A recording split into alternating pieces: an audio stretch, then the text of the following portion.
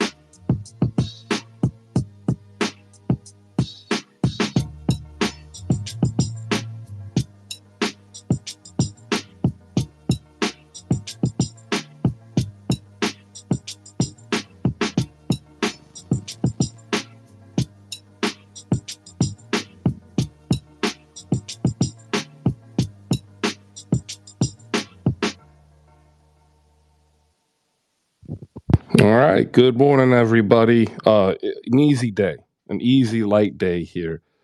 Coming back into the swing of things. Took 700 miles driving, but I was able to take my son to see his grandfather for Thanksgiving, because that's what family does. That's what family is here for. And much like you, we are here for basketball because basketball has become part of your family. As a fan of a team or just the sport, I want to thank each and every single one of you for coming in.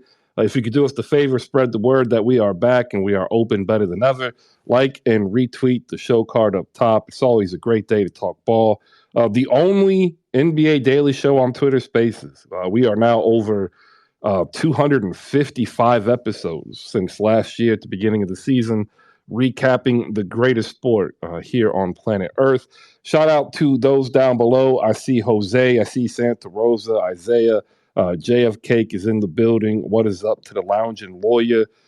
Big things in the world of the NBA as the Dallas Mavericks are in free fall, 9-10. News breaks this morning that they will waive Faku and sign Kimba Walker. We'll talk about that. Lots to recap in terms of scores to get over the weekend. But first, love to wish everybody a great return back to normalcy. We have survived the deluge of inferior foods like mashed potatoes. We are here just on the cusp of Christmas, where you can actually get even better food as long as you don't waste it with ham and more mashed potatoes. So, shout out to everybody who has survived the Thanksgiving meal, all that nasty cheesecake, all of that garbage, pot roast. Like, come on, turkey, stuffing, green bean casserole. That's it. That's all you need. Get the hands up. Go ahead and come on up if you want to come up on stage. We'll take it nice and easy so we can get everybody back into the swing of things. And we'll start with the games from Friday. But first, let me hit this button to do a read. We're brought to you today by our sponsor, ladies and gentlemen, Slam Goods. Head over to slamgoods.com. Use promo code HoopSpaces. Save 15% off of your entire purchase. And I was actually able to give a couple of my cousins some Slam hoodies, and they love them. Specifically, they have the Slam Against the World, which is kind of their marquee hoodie. It's this double thick fabric. It feels really good. You throw it on there on a 40-degree day, and you are chilling. Promo code HoopSpaces, save 15%. And while you're there, do us the favor, check out the pickup card game. It doesn't take that much to check out. Just click on it, and $25, put it in there, get a lifetime of memories of playing a real dope game. All right, today's horoscope. Shout out to all you Sagittariuses, because apparently that's a thing. There you go. That's up there. Our man Dime Dropper is back from his trip to Qatar, catching the World Cup. Got the latest Locked On Clippers podcast for you. And, if you have not known, there you go. Once again, Dallas getting ready to sign Kemba Walker. And that's what it is. All right, cool. I'm going to hit this button. All right. We left Friday. And it was 350 miles. And if you've never taken a road trip with a 9-year-old by yourself, don't. I don't recommend it. He was done within the first hour, and I was over here trying to watch games on NBA League Pass on my phone. All right, here we go. We have a whole rack of scores to get to. We will go to Friday, just like we do every Monday, to reset and get us locked in here. The Hornets beat the Timberwolves 110-108. That prompted me to put out a tweet that the Timberwolves are unserious. More on that. The Sixers win the first game of a back-to-back against the Magic 107-99. Trailblazers beat the Knicks 132-129 in overtime. The Kings fall to the Celtics 122-104. The Pacers beat the Nets 128-117, sending Nets Twitter into a tizzy. The Heat outlast the Wizards 110-107. The Rockets beat the Atlanta Hawks 128-122. And I don't know what happened. I watched that game when I got to Tennessee. They just completely forgot how to play basketball in the fourth quarter. Shocker that we don't see Hawks Fan TV popping in here as much as we did, and I wouldn't expect him because the Hawks look like they could be in trouble. The Grizzlies beat the Pelicans 132-111, resounding defeat of the Pelicans, who came into the season saying that they were going to be on the top of the hill. The Bucks beat the Cavs 117-102. The Thunder beat the Bulls 123-119. We will get to more of the Bulls later. They are 3-7 in their last 10. And did you know that Lonzo Ball has not played since January 14th? And he is now currently listed out until January 2nd. He just started running in water, still is yet to play basketball activities. And this was supposed to be an injury with a 4 to 6 week recovery time, with another maybe 4 to 6 week rehab time and a ramp up time, which would have seen him, since he had surgery in, I believe, February, ready to go by training camp. And yet he is just getting in the water. We'll talk about that a little bit later. The Lakers win 105-94 in the return of LeBron James. The Suns beat the Pistons 108-102. The Warriors, ladies and gentlemen, beat the Jazz 129-118. And if you remember last week on Monday, I was asked, who's coming out the West? And this was when the Warriors were 8-10. And I told you then, and I'm telling you now, the Warriors have the inside track to come out the West. They are playing phenomenally well at home. They just haven't been able to win on the road. They picked up their second win yesterday. We'll talk more about that later. The Nuggets beat the Clippers 114-104. And that closes out your Friday night. Saturday saw the Raptors beat the Mavericks 105-100. The Rockets beat the Thunder 118-105. And shout out to those Houston Rockets, 2-game win streak. The Lakers put up 143 against the Spurs. LeBron is getting his love on a 39-point night. The Suns beat the Jazz 113-112. And don't look now, but the Jazz are slowly starting to become the Jazz of what we expected to see. They opened out hot, but they have started to cool off a little bit. The Suns, on the other hand, they're 13-6, and they're playing without Chris Paul, without Cam Johnson, without Jay Crowder, putting in 2 new bench pieces in Dwayne Washington and Damian Lee, both players that the teams they came from didn't really have a use for them, making Cameron Payne look more than just a qualified starter, but a legit borderline all-star. This is a funky team, and Monty Williams has them locked in. And I can't wait to see what James Jones's move will be. I put this out there, and I'll get the tweet up here because I want to hear your thoughts. I think a Julius Randle trade to the Phoenix Suns is a win-win. I don't see how either team loses in this trade. We'll get that there in a few minutes. And then yesterday's games, the Nets beat the Trailblazers 111-97. The Warriors thumped the Timberwolves once again, 137-114, giving up 47 points in the first quarter. Minnesota Timberwolves, they are the definition of unseriousness. The Clippers beat the Pacers 114-100. The Heat beat the Hawks 106-98. The Hawks play the Sixers tonight. The Celtics beat the Wizards 130-121. The Wizards, after starting out hot, they are now 10-10 at 500. The Cavs beat the Pistons 102-94. The Grizzlies beat the Knicks 127-123. And I tell you what, if you had any other coach other than Tom Thibodeau, the Knicks probably win that game. But for whatever reason, Tom Thibodeau decided to keep playing Quentin Grimes, or Quentin Grimes couldn't hit the backside of a barn. And that's what cost him the game. You could have put Cam Reddish in there for more minutes. He was having a good game. He's showing you flashes, more so than Quentin Grimes. Not a knock on Grimes, but man, like, you're 20 games in. You can't be tinkering trying to figure out what you got when you're a quarter of the way into the season. Like, you should know. And if his is a ramp up time, you don't ramp him up by just throwing him out there to the starters.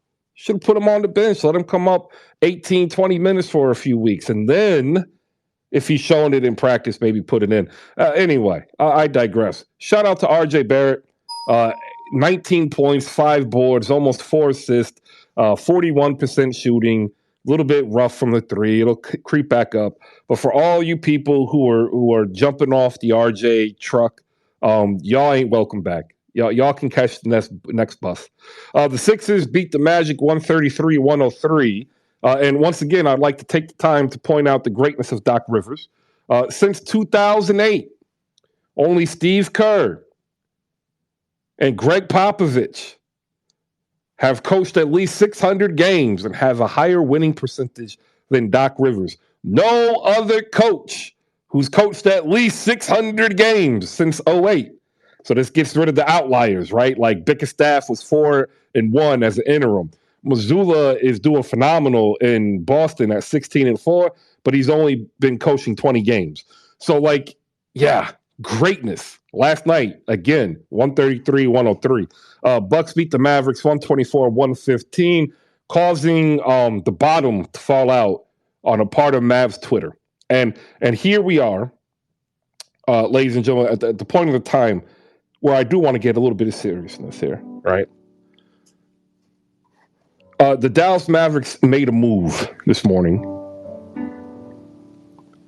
Kemba Walker has made his way back into the NBA. For that, we give a point. But Facundo Campazzo, it is time to say adieu. We appreciate you coming over from Cordoba, Argentina. You were fun. You were quirky. You know, we watched you in Denver hit a couple of threes, but not stick around. But to the greater problem that is the Dallas Mavericks, you went into the offseason knowing you needed a backup point guard.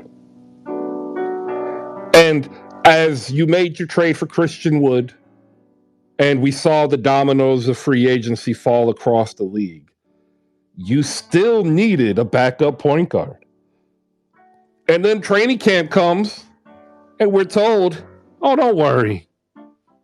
We got the Prince and Frank. Maybe Josh Green will bring the ball up and have some ball handling duties. And it got so bad that at the end of training camp, you signed Facundo Campazzo. 20 games in, and the Dallas Mavericks, who knew they needed a backup point guard since May, still need a backup point guard.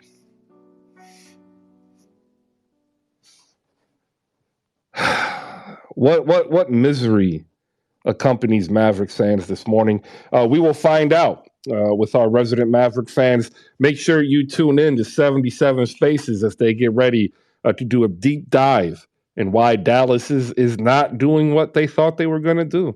So make sure you shoot Jose a follow and Rolo a follow.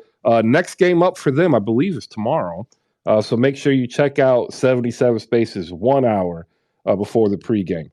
All right, if you look up top, there are two tweets. The one is the show card. Please like and retweet the show card. Let the good people of Twitter know that we are once again open after taking some time off for Thanksgiving.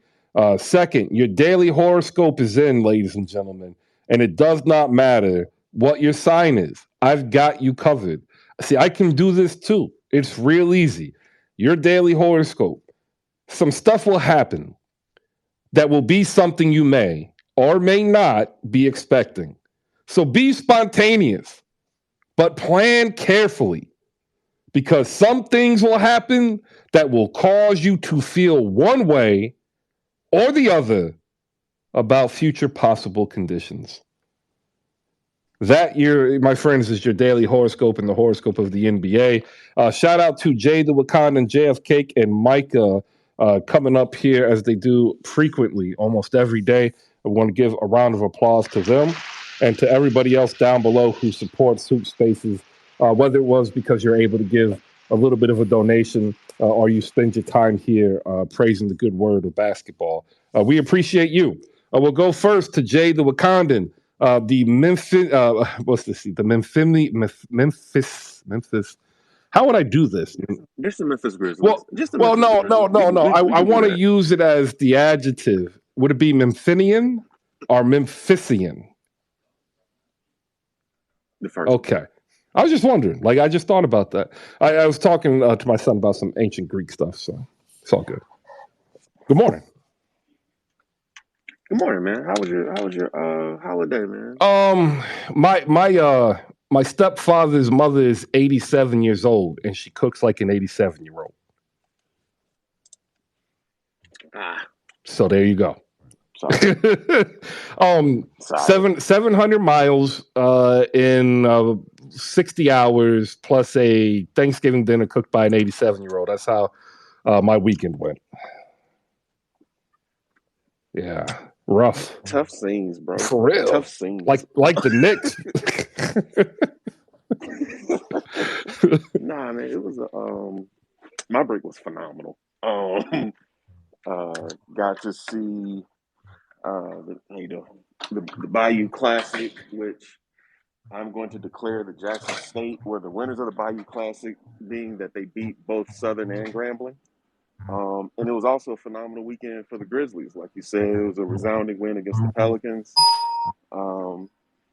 And we were able to escape the Knicks largely due to that bench unit of Hardenstein and Derrick Rose and company. And I really do appreciate Tibbs playing Grimes those minutes. I appreciate all 15 minutes of Hardenstein. His traffic cone-ness on defense was much appreciated. He did not drop well in pick and roll coverage. He did not hedge well in pick and roll coverage. He did not trap well in pick and roll coverage. And I really just appreciated that.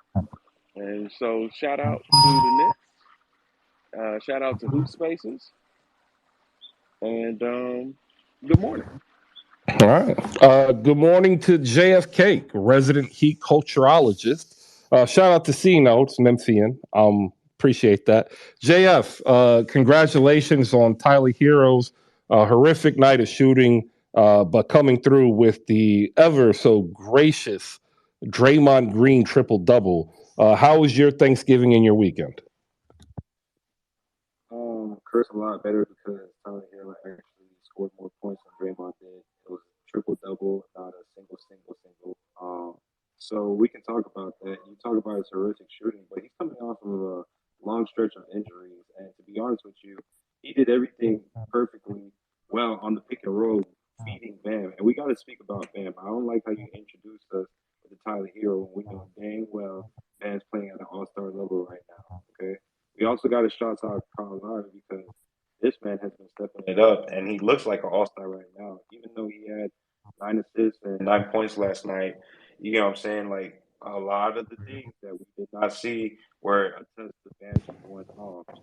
He played above the rim, and that's all I wanted to see, Chris. And yeah, we're on our good little 3 game win streak. And yeah, so I wanted to definitely talk about the Hawks. They're losing to teams that don't have any superstars.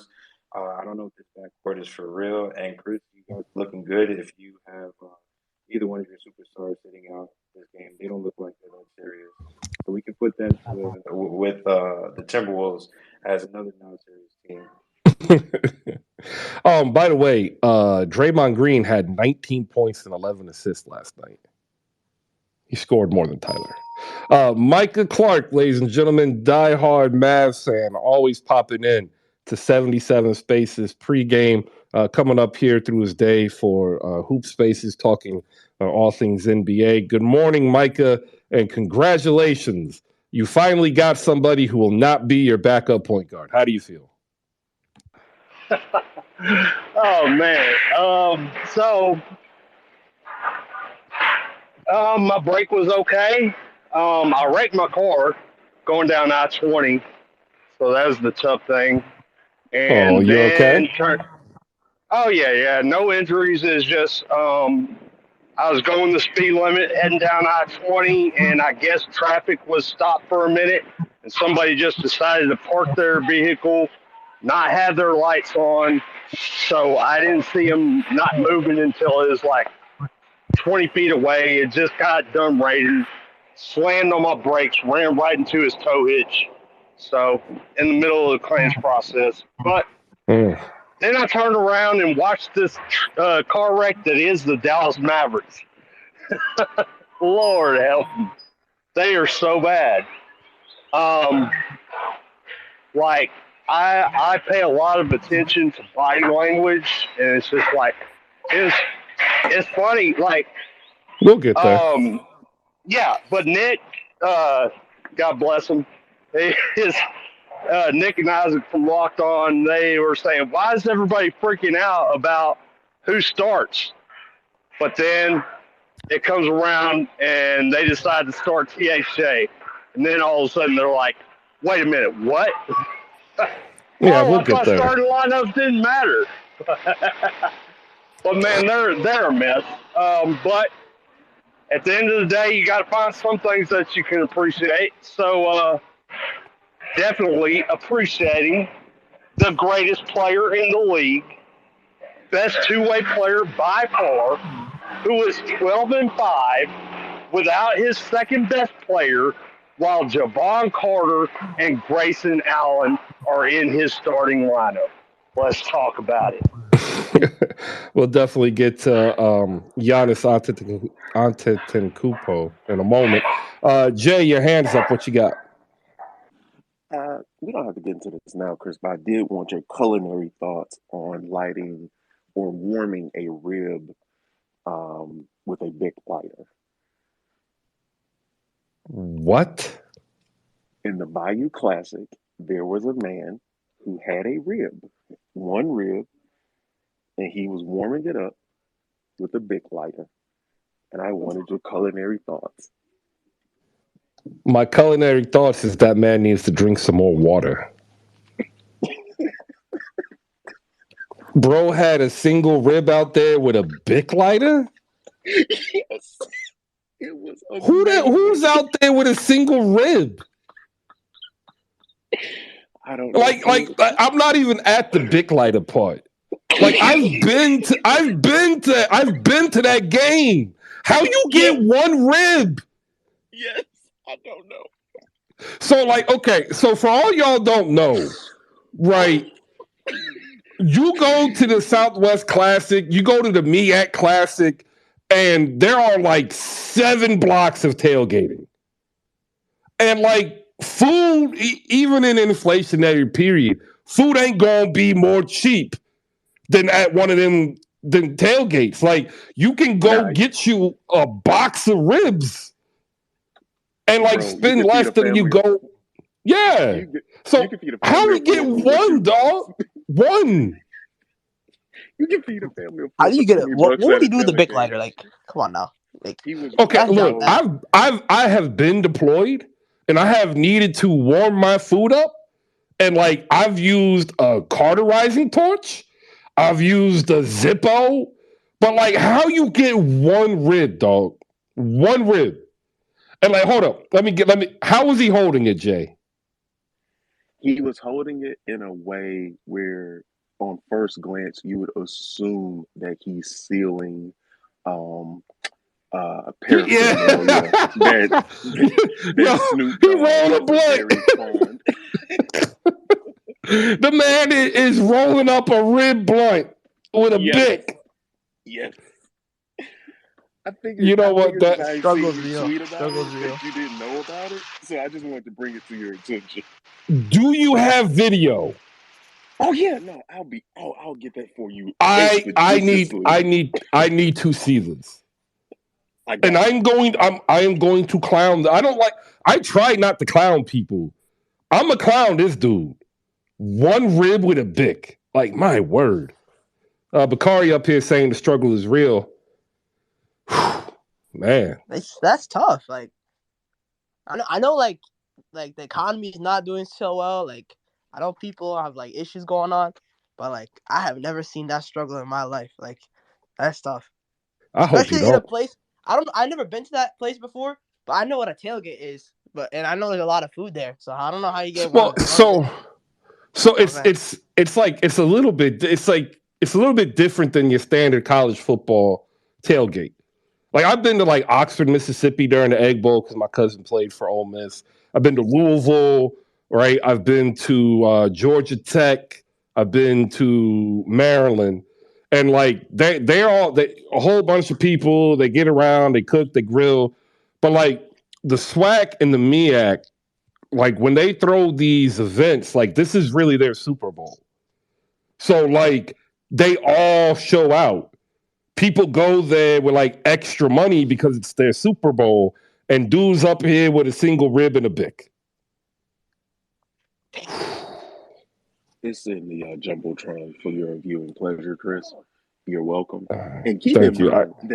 keep in mind that this is not happening in like Huntsville, Alabama. This is not happening in Tallahassee, Florida. This is happening in New Orleans, Louisiana, top 5 food city in the world. Mm. During the Bayou Classic. This is crazy. Nah, this is crazy. This is actually crazy. Nah. I don't know why Dog. y'all doubt it. I don't know why y'all thought I was lying to you. I didn't think you was lying. Bro ain't struggling. He got money. What is he doing? Look at that bald head. You know he got money. He's shaving that thing almost every day. Golly. Look at that wash too. So, Chris, I think that It's should not be the a money poll. thing. It's just Chris, I think that should be a a poll. cheapskate thing, probably. I don't know. That should be a poll, Yeah. Chris. Would you rather warm up a rib with a big lighter or have Kimball Walker? Oh, that's just wrong. That is mean. Because I would say yes for the rib, and I don't. Kemba's falls knees are cooked. Well, it kind of is. I would like for the Mavs to take on the No X Nick challenge for like a year, just to see what would happen. All right. Also in the news, because like the Los Angeles Lakers are the Lakers, people are still talking about this Westbrook, Hield, and Turner trade that never was, that might be, that may not be, but could possibly one day come to fruition. I don't think it's going to happen because the Pacers are like fourth.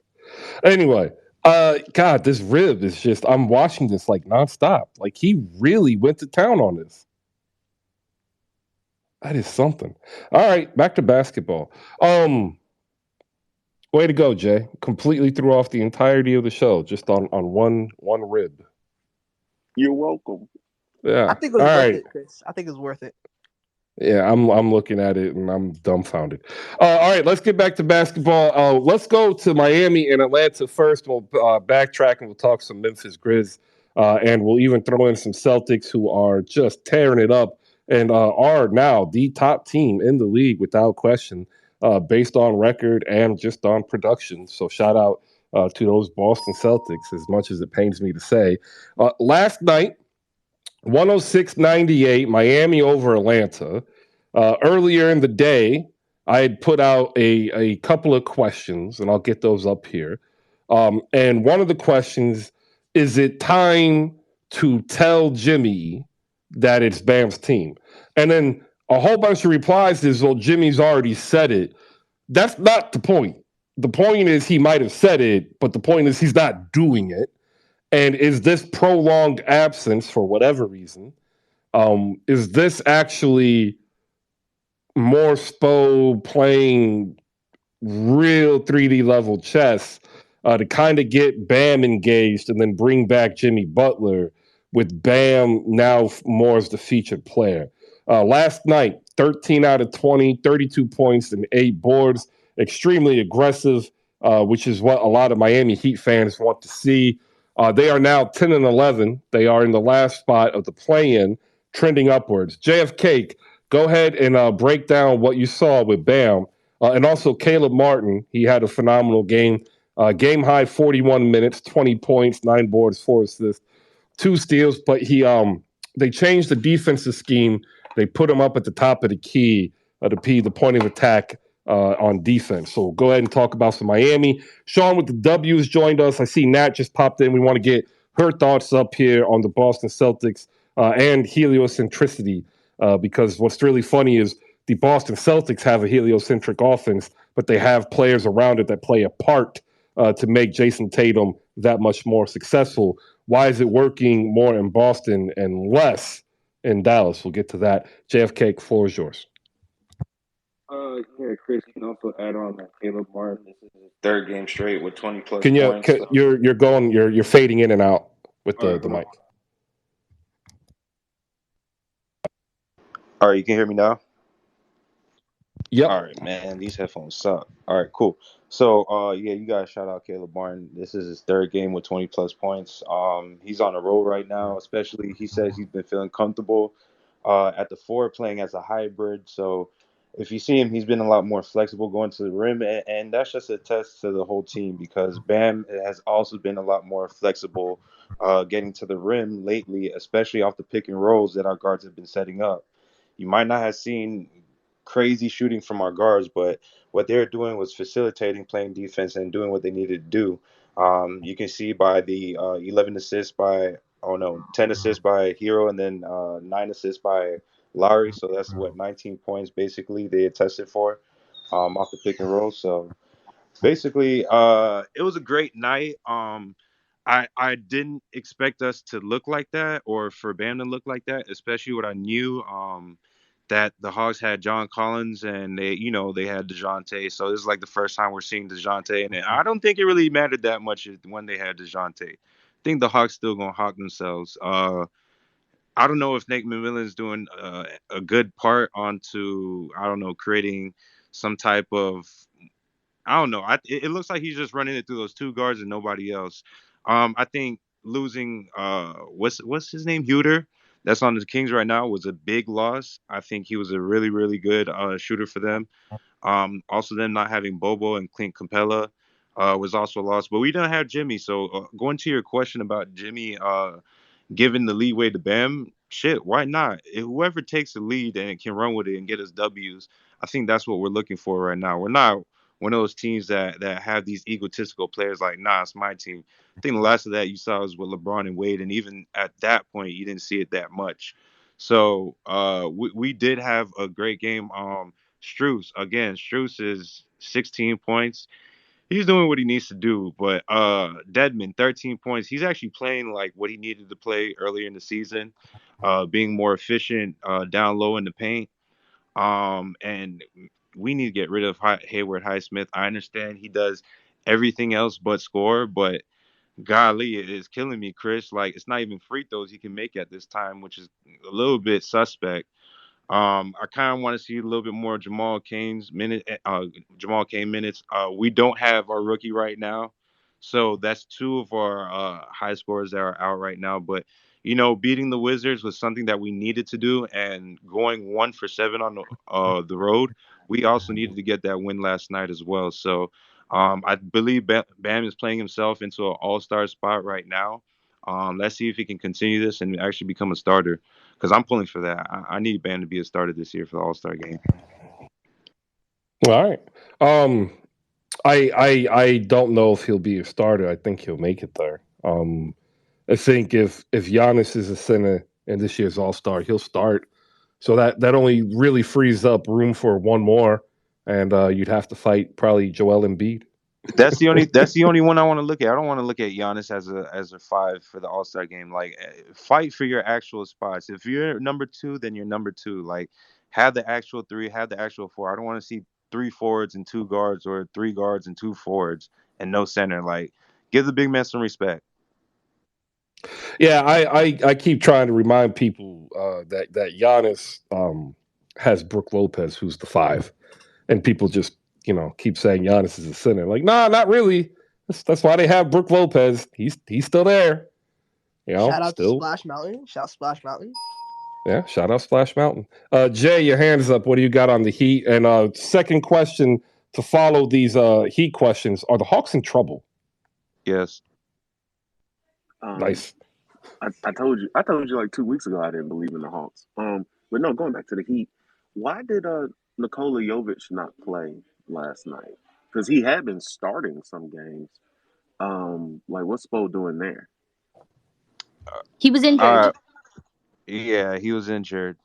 That's why I said him and Butler were injured last night. They were both out. Okay, thank you. Because I was looking at it and I was like, that's weird. That's why we got Drew Smith coming up from the G League to play. Oof, that is rough. Miami really going through it, just as Toronto is in terms of injuries, as is Philadelphia. In fact, it's a pretty satisfying feeling watching your backup players get extended run and still winning over teams with their starting unit. When we watched Atlanta, and you did put a heavy onus on it, Nate McMillan seems to be dead set on figuring out or forcing DeJounte Murray and Trae Young to work together. What are your guys' thoughts? And Iman's up here now as well. What are all your thoughts on what seems to be like just incompatibility with Trae's on again, off ball game versus DeJounte always trying to push pace? We'll go to JFK first, and then whoever wants to pop in second, go ahead. I think it's simple, Chris. I think it's not that much ball movement going on their offense whatsoever. I think it's literally pass and shoot, especially I don't think they have that much offensive sets to set up a pick and roll with their big guys. And when they do, I think they're looking to pass out first, or they don't really get their wings involved. I don't even know if they have wings like that to be involved. I don't know the Hawks team, but what I saw from last night. So, but and what I saw from last night is exactly that. They are forcing Trae Young and DeJounte to lead this team. But Trae Young is shooting 34% from the 3 this year. It's not the greatest of numbers, and he really missed a lot of shots. He didn't make one until the fourth quarter last night. So there goes your volume right there. And I think DeJounte Murray is playing Robin to Trae Young's Batman, which I think Nate McMillan is doing a horrible job on. And I think they're not including John Collins as much as they need to, because he was actually tearing us up until we figured out what they're doing, and we switched our defense and we stopped it. So that's just the main things. I just see him running mainly through Trae, and I don't think that's a good idea. And you can see why Hero made that comment earlier this season.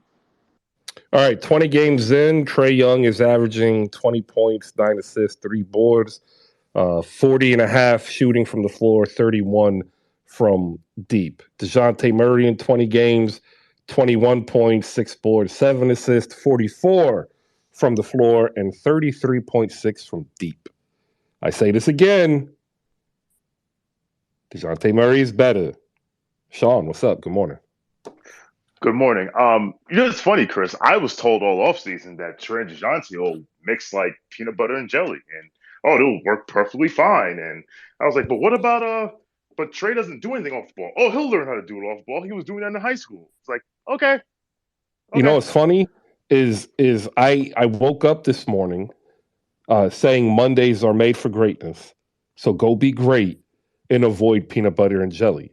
And here you are bringing up that DeJounte Murray and Trae Young are an inadequate, overrated peanut butter and jelly sandwich.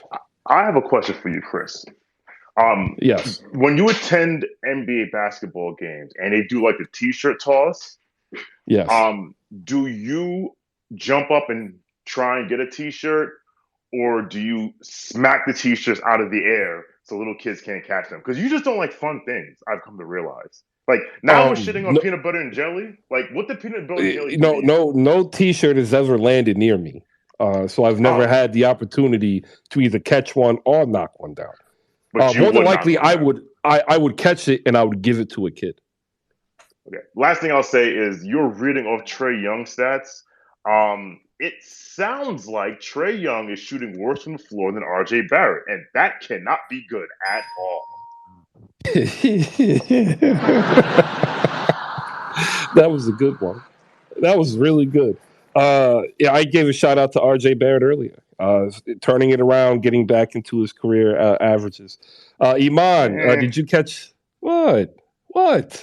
When we get to the next, I'll have some things to say. All right. Iman, did you catch any of the Heat and Hawks, either live or replay or highlights? And if not, doesn't matter because really what we want is what your 20-game sample of the Hawks so far to the season and what your thoughts are on the Heat as well. I watched the fourth quarter of it, which just was very painful for the Hawks. My God. But and also like the Heat kind of like felt like they were trying to give that up. They missed two bunnies right there at the rim. And then they had they gave up a 3-point play and a technical foul, and then from that moment forward, the Heat calmed things down, and Tyler Hero had some clutch rebounds and brought it home. But to me, the Hawks, the Hawks scare me less. I said this after the Hawks beat the Raptors, a Raptors team that had 6 rotation guys out, including multiple starters, their best player, literally 6 rotation guys. And this is a team that plays at most 8 or 9 guys. And the Hawks beat them by 2 in overtime, which they really should have just there's no reason for that. The Hawks don't scare me. The Detroit Pistons scare me more than the Atlanta Hawks. I'm not terrified by the Hawks at all. Speaking of what Trae Young is to me, the Trae, people are talking about Trae shooting off ball, or no, not Trae shooting off ball. People are talking about Trae playing off ball. And so I was like, okay, I know that hasn't happened, but I was like, what are his catch and shoot numbers? They can't be that bad. There should be something there. He is averaging less than 1 catch and shoot 3 a game. He's averaging half of a catch and shoot 3 a game, meaning he takes 1 every 2 games basically.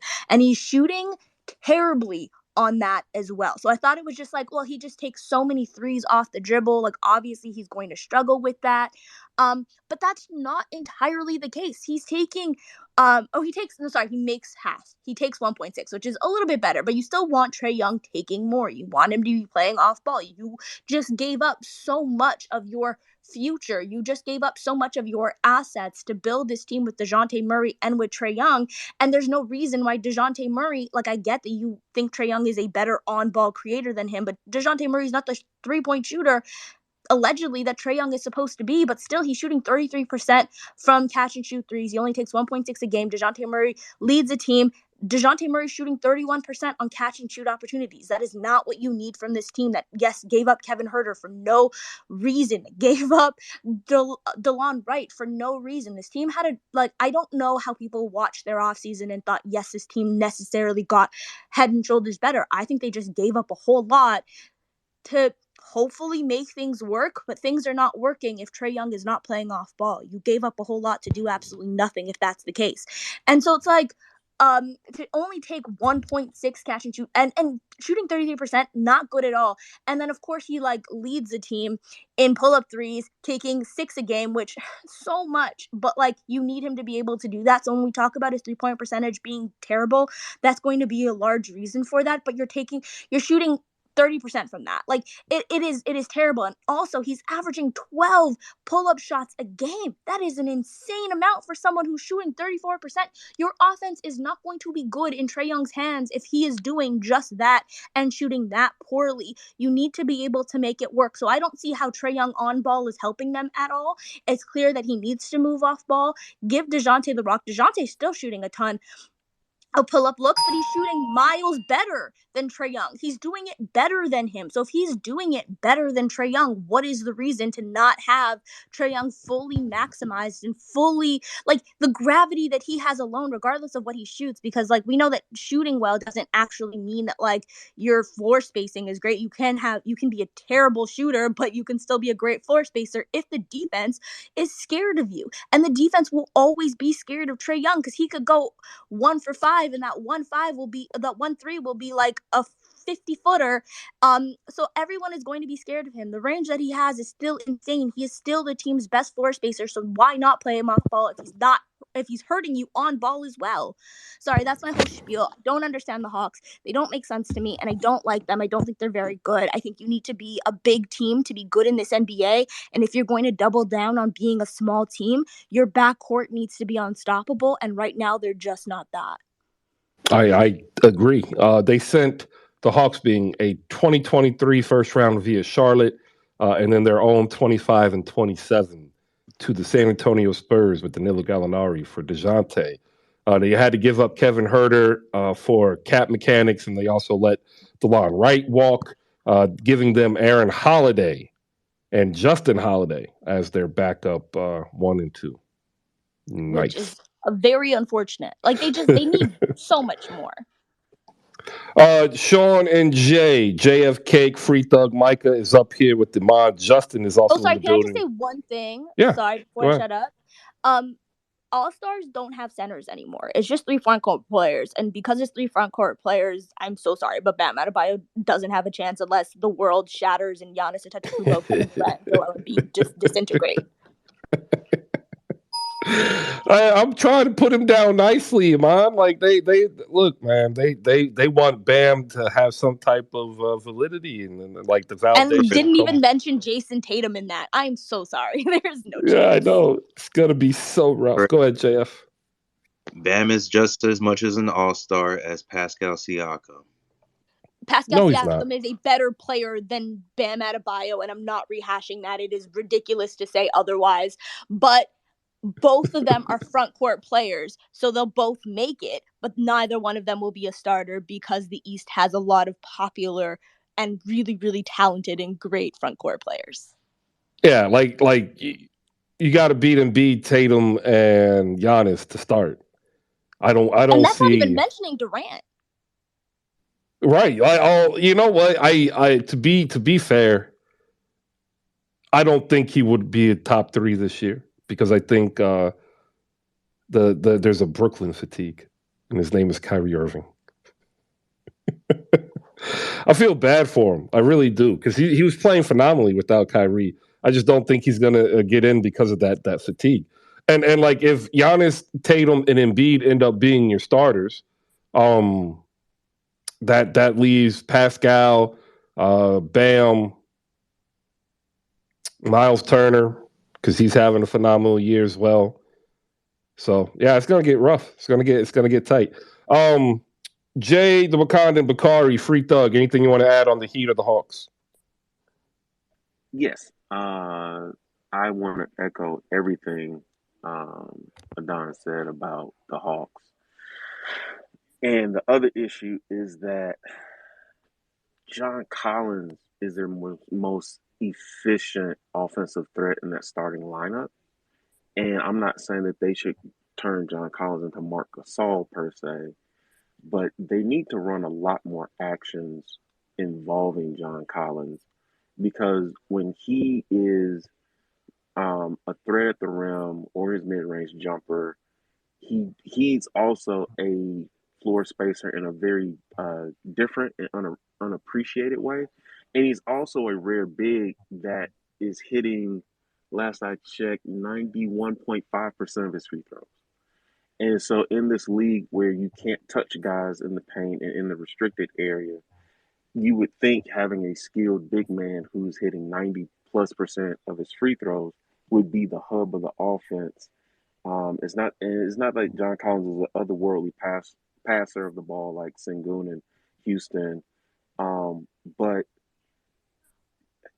they got to get John Collins more involved because at this point, the way they're using him, he's like a very, very, very nice version of Brandon Clark. And that's not going to get it done. John Collins seemingly disappearing from Atlanta's offense. 20 games in, 12.6 points, 7.5 boards. That is 4 points below his career average and almost a full rebound below. We'll go to Bakari next, and we'll go to Free Thug. We'll close it out with JF Cake as we look forward to talking some Knicks and Memphis Grizzlies. Go ahead, Bakari. All I have to say is John Collins' best year was without Clint Capella. You use your brain, you know what I'm saying? That's all I gotta say. There you go. Free Thug, what's up, man? How you doing? Your thoughts?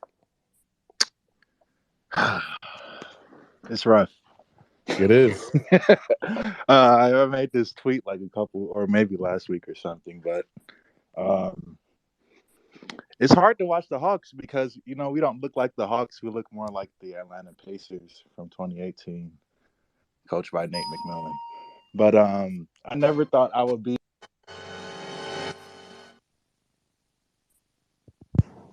Oh, go ahead, man. You're still good. You just nailed the head on it. Whoa! Did you just say you missed Lloyd Pierce? Yeah, and I'll explain why.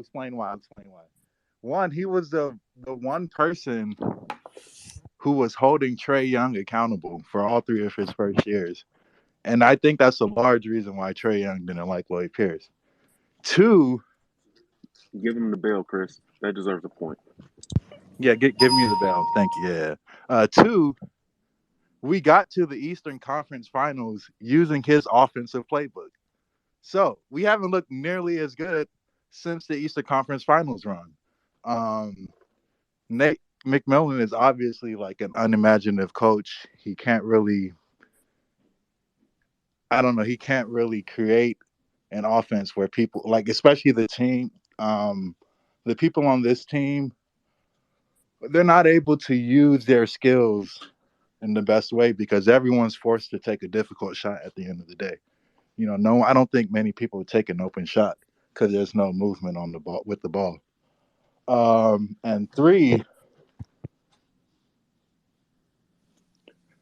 I just don't like Nate McMillan, man. It's really tough to cheer for a team coached by Nate McMillan because there's no championship at the end of the year. And that's pretty much it. I never thought I would hear a Hawks fan say they miss LaLloyd Pierce.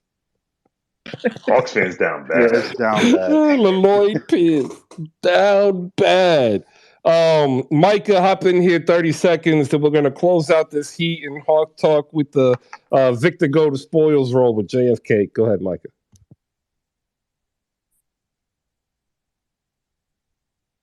Oh, no. Okay. My phone wasn't one to unlock. But, yeah, real quick, man. I'm going to say this about Atlanta. As a Mavs fan, you spot it if you got it. And we're on the same path, pretty much, to where they got to feeling themselves going to the conference finals, not realizing that the 2 people that they ended up facing off against just aren't really postseason battle tested like that. And so they got to feeling themselves, rein it back the next offseason. And my worry is, because this is one of those takes I got to revisit, I thought DeJounte would make them better. I'm here to tell you I do not think they're better. I do not see them as contenders whatsoever, and I don't know where they go from here. Well, yeah, that's my take. funny how we revisit this Trey versus Luka debate, and neither team looking like a contender. JF, go ahead and close this out. We'll get ready to talk some Grizzlies and Knicks next. We've got some Raptors to talk about, as well as some Golden State Warriors and the unseriousness of the Minnesota Timberwolves. JF, floor is yours. Yeah, Chris. If you would have told me that the Atlanta Falcons with Marcus Mariota would be looking a lot better than Atlanta Hawks this season, I'd probably call you a liar. But so far they have been looking a lot better. Wait, Marcus Mariota is a Falcon? Exactly, Chris. Exactly. My Wow. statement be finished off of that. I should just drop the mic, but you know what? I need to go ahead and check Jimmy Butler. I don't know. Something inside me tells me he took a secret jet over to Qatar to go watch some damn FIFA games. That's why he's been missing it. Because if you notice, when the FIFA started, we haven't seen Jimmy Butler yet. So this is my little theory going on. I know he's a PSG guy, so I know he probably went to go watch a French game. So get your ass back, and FIFA, please make sure you got the World Cup in summer no more, so our basketball players can actually stay here. Appreciate it, Chris. Where in the world is Jimmy Butler? That's For the real, question. Chris. All right, Jay, your hand popped up. What do you got, real quick? I think it's hilarious that Atlanta and Dallas are in the same position, but they have the opposite problem. I think Atlanta has the roster, but I don't think Trae Young fits.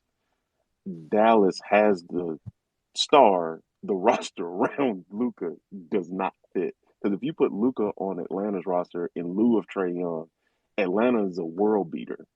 And that's just due to his size and, everything that Luka brings to the table. So I just find that kind of funny. Yeah, no, I too. Some of y'all down below, they have added people to the Spaces development team temporarily. They're going through and trying to fix some bugs and stuff. If you happen to get disconnected and you do it multiple times, there's no resolution yet. They're still working on it, and then hopefully they get it done before the next Twitter update. You're not the only one, okay? Just to let you know if you're down below and you keep getting bounced out. All right, up next, we've got Memphis and New York to talk about. And I have a tweet about where Jimmy Butler is. I want to give a shout out over here to Young Thug to bring this out, and JF. This is really dope. The last time that we had Heat and Hawks fans going at it, they kind of didn't like each other at that point in time. And I love the fact that we can now look at both these teams and realize that they could both do with the greatness of Doc Rivers to help improve their play, much like those New York Knickerbockers who lost another game in a maddening way. Like, they're there, but they're not there. Sean with the W, host of Live from the Mecca, also one of the wonderful content creators at Knicks Film School, is up here with us. Jay, the Memphian, is up here with us, and we will go ahead and talk this game through, and then we'll get in some Raptors and Warriors talk right after that. We'll go to Sean first. Sean, 11 o'clock almost, so I'm going to do this read while you give yourself 60 seconds to prepare. We are brought to you today, ladies and gentlemen, by Slam Goods. If you head over to slamgoods.com, you'll find out that it's a store. It's a store that's part of Slam Online, which evolved from Slam Magazine. And if you like basketball, you should probably check out Slam Magazine first, and then you can make your mind up on there. But if you like collectibles, because some of you are actually people who do this, they collect baseball, basketball cards, and collectibles. They are getting ready to open up some more Funko Pop and other collectibles just in time for your holiday shopping season. That's right. Go spend that money. Got to get those Christmas presents, and you can save some money to spend on yourself, because that's what you really want to do by using promo code HoopSpaces. Use that at slamgoods.com. Save 15% off your purchase, entire site wide.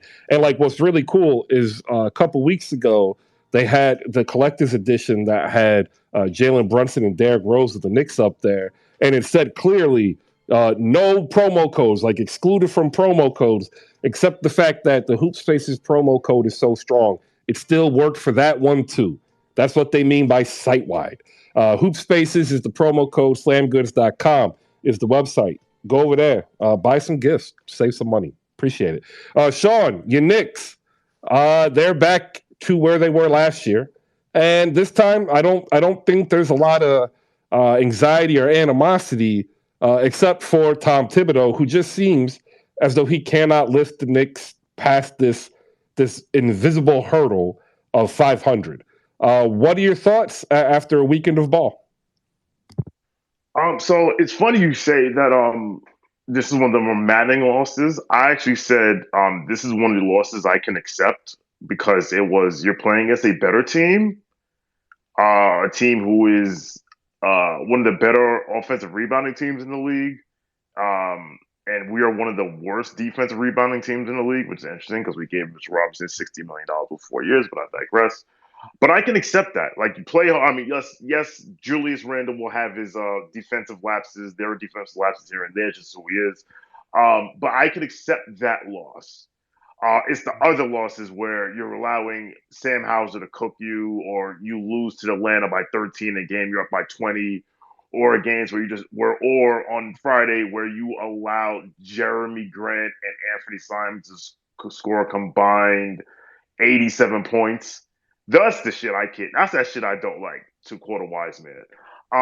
Honestly, in the anxiety in Knicks land is all over the place. Some of it is at Tom Thibodeau. Some of it is at Julius Randle. And some of it now is towards RJ Barrett. RJ, I have a tweet that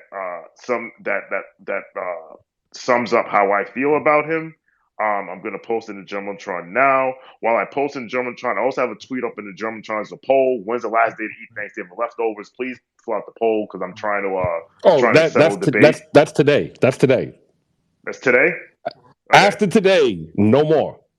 Okay. My wife thinks everything needs to go in the trash today. Yes, I'm like, your wife is correct. No, you said after today. Well, today would be the last day. Like, so after dinner, if you still have stuff in your fridge, you throw it away today. Okay. My wife wants to throw everything out. Like if I eat anything today, she's gonna look at me side eye. And we have today's your last exactly. day. And we have a whole tray of mac and cheese that my mother-in-law made. I'm like, we gotta throw this out anyway. Whatever. So RJ is. I made that little dig earlier when I compared him to Trey because he's just. He's good God Almighty. Like it sucks because we spent 3 years defending him against ass clowns who decided he was trash after a year because he ain't got no bag and stuff like that. And we thought it was really gonna pay off this year.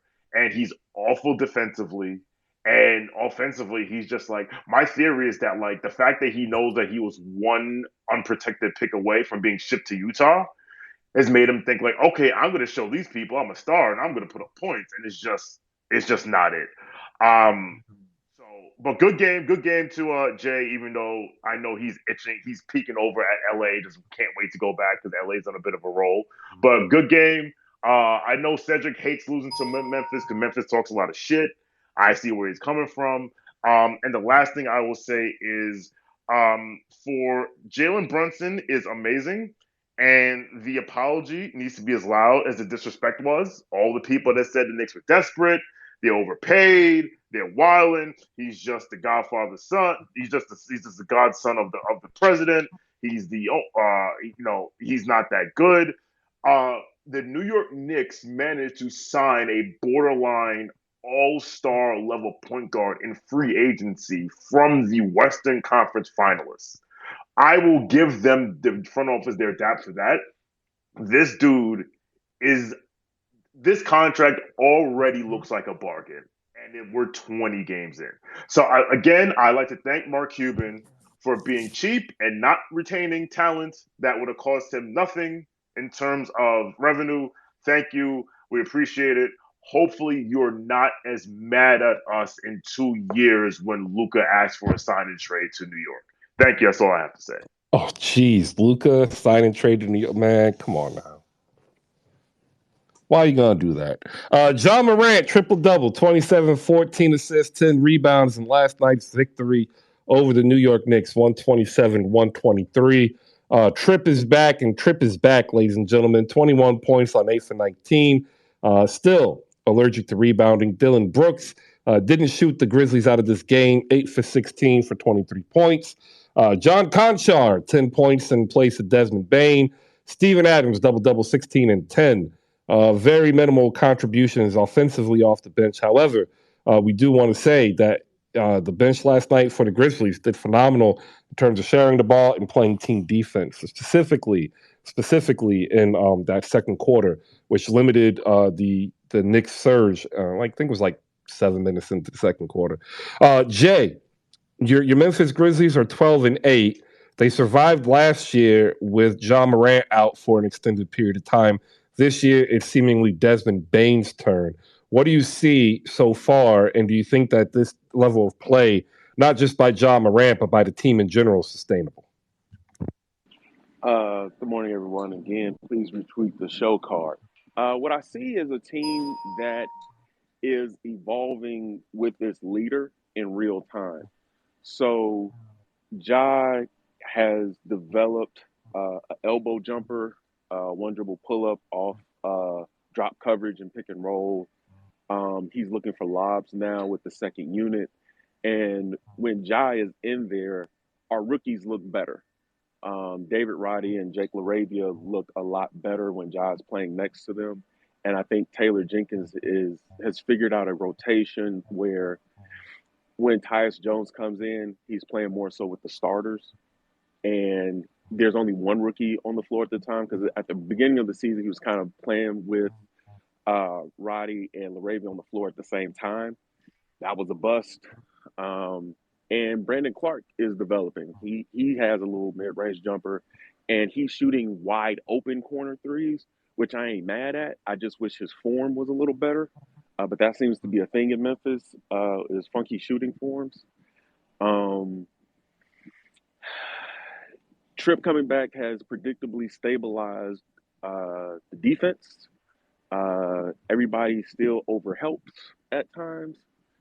But Ja, since Charles Barkley has said he doesn't make his teammates better, has averaged double-digit assists, and is visibly making teammates better. So shout out to Chuck for giving Ja that extra fuel to be better. And so I think when Desmond Bain comes back, and almost as importantly, when Zaire comes back, I think Memphis will be deep. And because right now with Santi Aldama, Brandon Clark, and Jake LaRavia coming off the bench, I would argue that Memphis's front court on their second unit is top 7 in the league. And that matters when you're trying to get rebounds, when you're trying to limit damage, when you're just trying to hold the fort until the starters get back on the floor. And so I think that this team is evolving their skill sets, and it's making this team better and more dangerous when the whole gets back together, which hopefully happens by Christmas. I want to give a shout out to Julius Randle as well. A lot of people have been, maligning him. If you watched last night, he attempted to do something that he has not done in forever, and that is take less than 10 shots per game while making his job, the job to secure the rebound and distribute the ball, 10 rebounds, 9 assists, 14 points, 1 turnover. And if this is the Julius Randle that we can start seeing from New York, I think this could bode well for New York as he starts entering the phase of his career where maybe he doesn't need to be the one taking the majority of shots. Grindhouse Grizz down below, you might have to exit out and come back in. I tried to add you twice and I keep getting the same error. So go ahead and pop out so you can pop back in. Sean, Julius Randle, after he called that team meeting, which happened to be a dinner, he's played differently. He's tried to play more conservative, I think, and more controlled. What are your thoughts? So my thoughts are actually he's been really good offensively all season for the most part because he has completely changed up his shot diet. If you look at his shot chart this year, everything is either in the paint or behind the 3-point line. So he's got rid of those long twos that he wasn't hitting. The funny thing is, if he had this season, last season, the Knicks are probably, and they're definitely in the play-in, and maybe they make the playoffs. So while it sucks that it's a year late, it's good to see that he's cleaned up his shot. He's made better offensively. He's way more efficient offensively. He is still an absolute effing tire fire on defense. It is awful. He is either so. My man Andrew Claudio says that they call it when Julius's man has the ball, it's popcorn time, because instead of like making the rotation, he just grabs his popcorn and just starts watching to see what's going on. So he's like bottom of he's like near I think he's like in the bottom 1% of the league in terms of like on off like defense. Like he's awful. But offensively, he's playing very well. And I think it will benefit the Knicks because it will be much easier for him to look. Put it this way, it will benefit the Knicks because if he keeps this up, he's going to look really good in the Miami Heat or Phoenix Suns jersey. So hopefully, if any of those teams are interested, you just holler at me. We don't ask for much. We give you good price. And to that effect, I put that out also. A Julius Randle trade to Phoenix puts the Suns in the driver's seat in the Western Conference and frees the Knicks to play Obi Toppin. And Bingo. the Knicks would be able to take back whomever as long as you send them maybe a future first, and then they'll move off of Jay Crowder, Dario Saric, or whomever, and that's it. And it's a win-win. Phoenix gets the scoring four they need. New York finally clears the hurdle to get the young guy that isn't getting the right run. And that's all they're asking for. I don't think that's too much. We've got Grindhouse Grizz up here. We'll close out the Knicks and Grizz talk with him. Make sure you follow Sean with the W so you can catch him at Live from the Mecca with Cedric Shine and Jeff J. Says. Catch his content over at Knicks Film School. And if you do want to do a deep dive into Nickdom, hit up Knicks Chat a day after, which is set for 48 minutes from now to talk with I Am Halito, Cedric, and I Hate Sean, and talk all things Knicks with Knicks fans. It's like a breath of fresh air from New York. Grindhouse, to the victor goes to spoils. Close us out on what you saw last night. Give us your 20-game take for the Grizzlies on how they're doing, and what do you see for the future? Good morning. Good morning. I just climbed in here and I had heard somebody was pressed because we talked too much. Is that what I had heard when I first came in? Yeah, New Yorkers hate other non-New Yorkers acting like arrogant New Yorkers. It's a thing. Oh, okay. I mean, same, different year, same story. We got all these teams pressed apparently because we enjoy our wins. But anyways, yeah, the Grizzlies, we're looking all right. It was rough there for a while. These injuries kind of piling up on us. Desmond Bain going down, and then we still got Zaire Williams out. Jaren Jackson Jr. just getting back. He actually looks good though. Last 4 games, averaging I believe like 21 points a game, around 7 rebounds. So that's very impressive from him coming off an injury. One of my complaints about him this coming into this season was he's only had one off season where he's been healthy, and it was the off season in between the bubble and the next season or whatever. So it was like it wasn't that big of an off season to be able to work on your game. And I think that's where you develop most of your game at is in the off season. But I think this year, coming into this year, shout out to Klay Thompson, calling him a bum. Like, woke him up. Like, it wasn't that he added a whole lot of skill or a different package to his game or anything. He just became more mentally stronger. His balance is better. He's not as clumsy as he once was on going downhill. He's not putting his shoulder into people's chest anymore. The fouling is going down, things like that. So I think mentally he's locked in more now. So it's very good to see John Morant still doing his thing, of course. And Charles Barkley had his little remarks, whatever. But ever since that point, John Morant has averaged 10.5 assists per game since Charles Barkley's remarks. So shout out to Chuck. And yeah, like going forward, once we get Bane back and Zaire Williams, I know people don't look at Zaire Williams and say like he's going to be anything to get you over the top or anything like that. But what he does do is he runs the floor very well on fast breaks. We're a fast break team. We cause turnovers. We wreak a lot of havoc with Dylan Brooks and Jaren Jackson Jr. defensively. So yeah, like Zaire's gonna be able to run that floor with the jaws of the world and everything like that, and also his mid range, his getting to the nails of the floor and everything like that, I think is gonna pick up tremendously. He did a lot of off season ball work, ball handling work, throughout the summer league and everything like that, and that's what we did with Desmond Bain coming into his second year. He handled the ball all summer long. So Zaire is growing. That's why he's out. Like he has a patella tendon injury and everything like that. Speculation out there that he's reaching 6'10", 6'11" now. So if he's that size and has the ball handling upgrade to be able to get to his spots on the floor to get comfortable with his shot, oh yeah, we're definitely gonna have something rolling. So yeah, just getting this chemistry right coming into the year. I needed Jaren Jackson and Ja Morant to become like a duo, like a duo where people know each night when they come out there on that floor, these guys know what they're going to do with each other. And we haven't exactly seen that just yet. But once again, having Jaren over 20 points, around 7.5 rebounds, really need him up to around 8 rebounds, hopefully, and less fouls. I'll take that all day. And then we'll get another 25 point scorer and Bang back. And also Dylan Brooks, the guy that the most, he all the fans hate Dylan Brooks. Hell, our own fans hate Dylan Brooks most times. But this guy's bought in this year. He's staying defensive minded on the defensive side, and he's actually sharing the ball this year, giving it up. Like he likes to do one combo dribbles like in one spot a lot.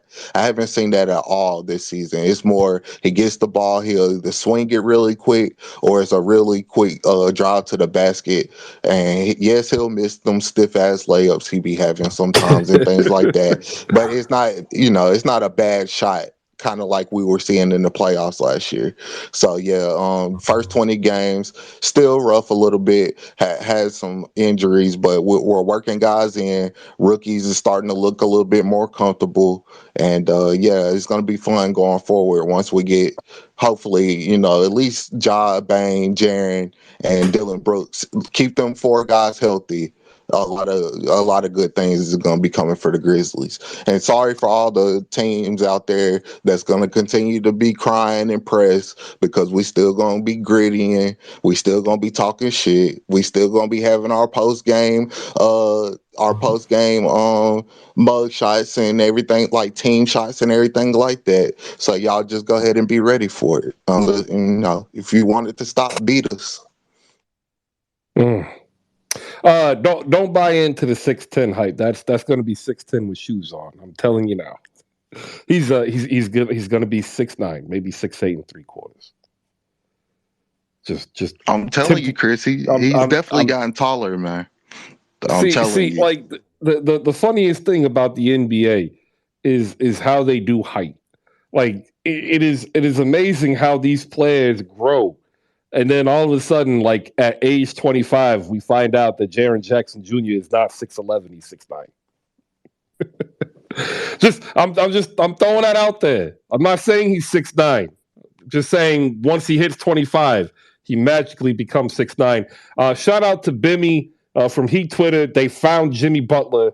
He is in the human pyramid just off the shoreline. Shout out to the Heat fans.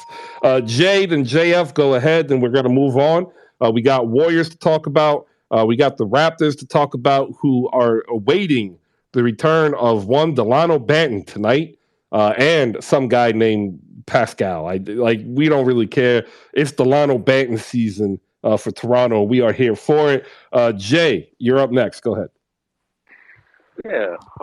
Nah, that's the thing about Dylan Brooks this season is everything that Grindhouse said, but it's also his shot diet. Like he's getting to the rim more and he's drawing fouls.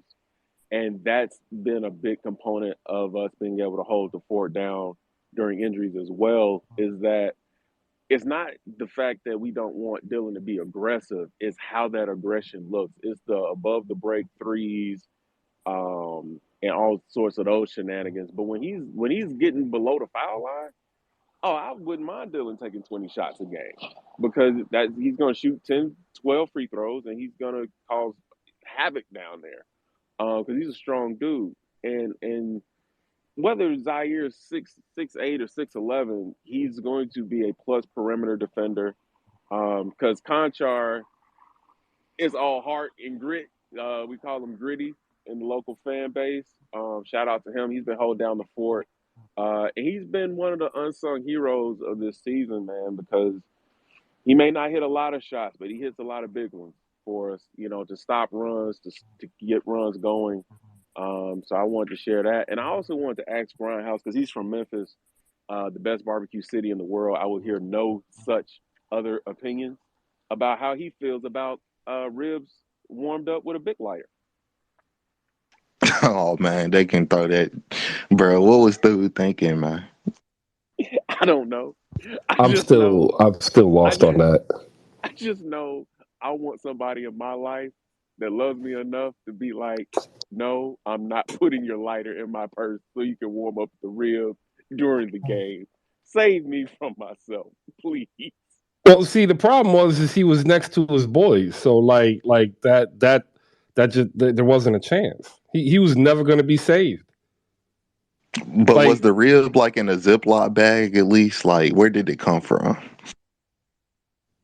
That's a question between him and his guy. I have no idea.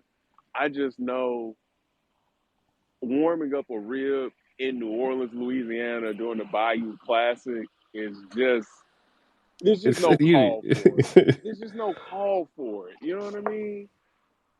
Like deer The hunting in Alaska, different. Warriors 137, Timberwolves 114. The Minnesota Timberwolves are unserious. We'll get to that after JFK has his 2 cents in on the Grizzlies and Knicks. Then we're going to talk about Delano Banton and why he should actually be getting more minutes in Toronto. Yeah, a couple things, Chris. First things first. Came in this morning looking for Hawks Fan TV. There's no way you're gonna call Bam Adebayo the South Beach Rudy Gobert.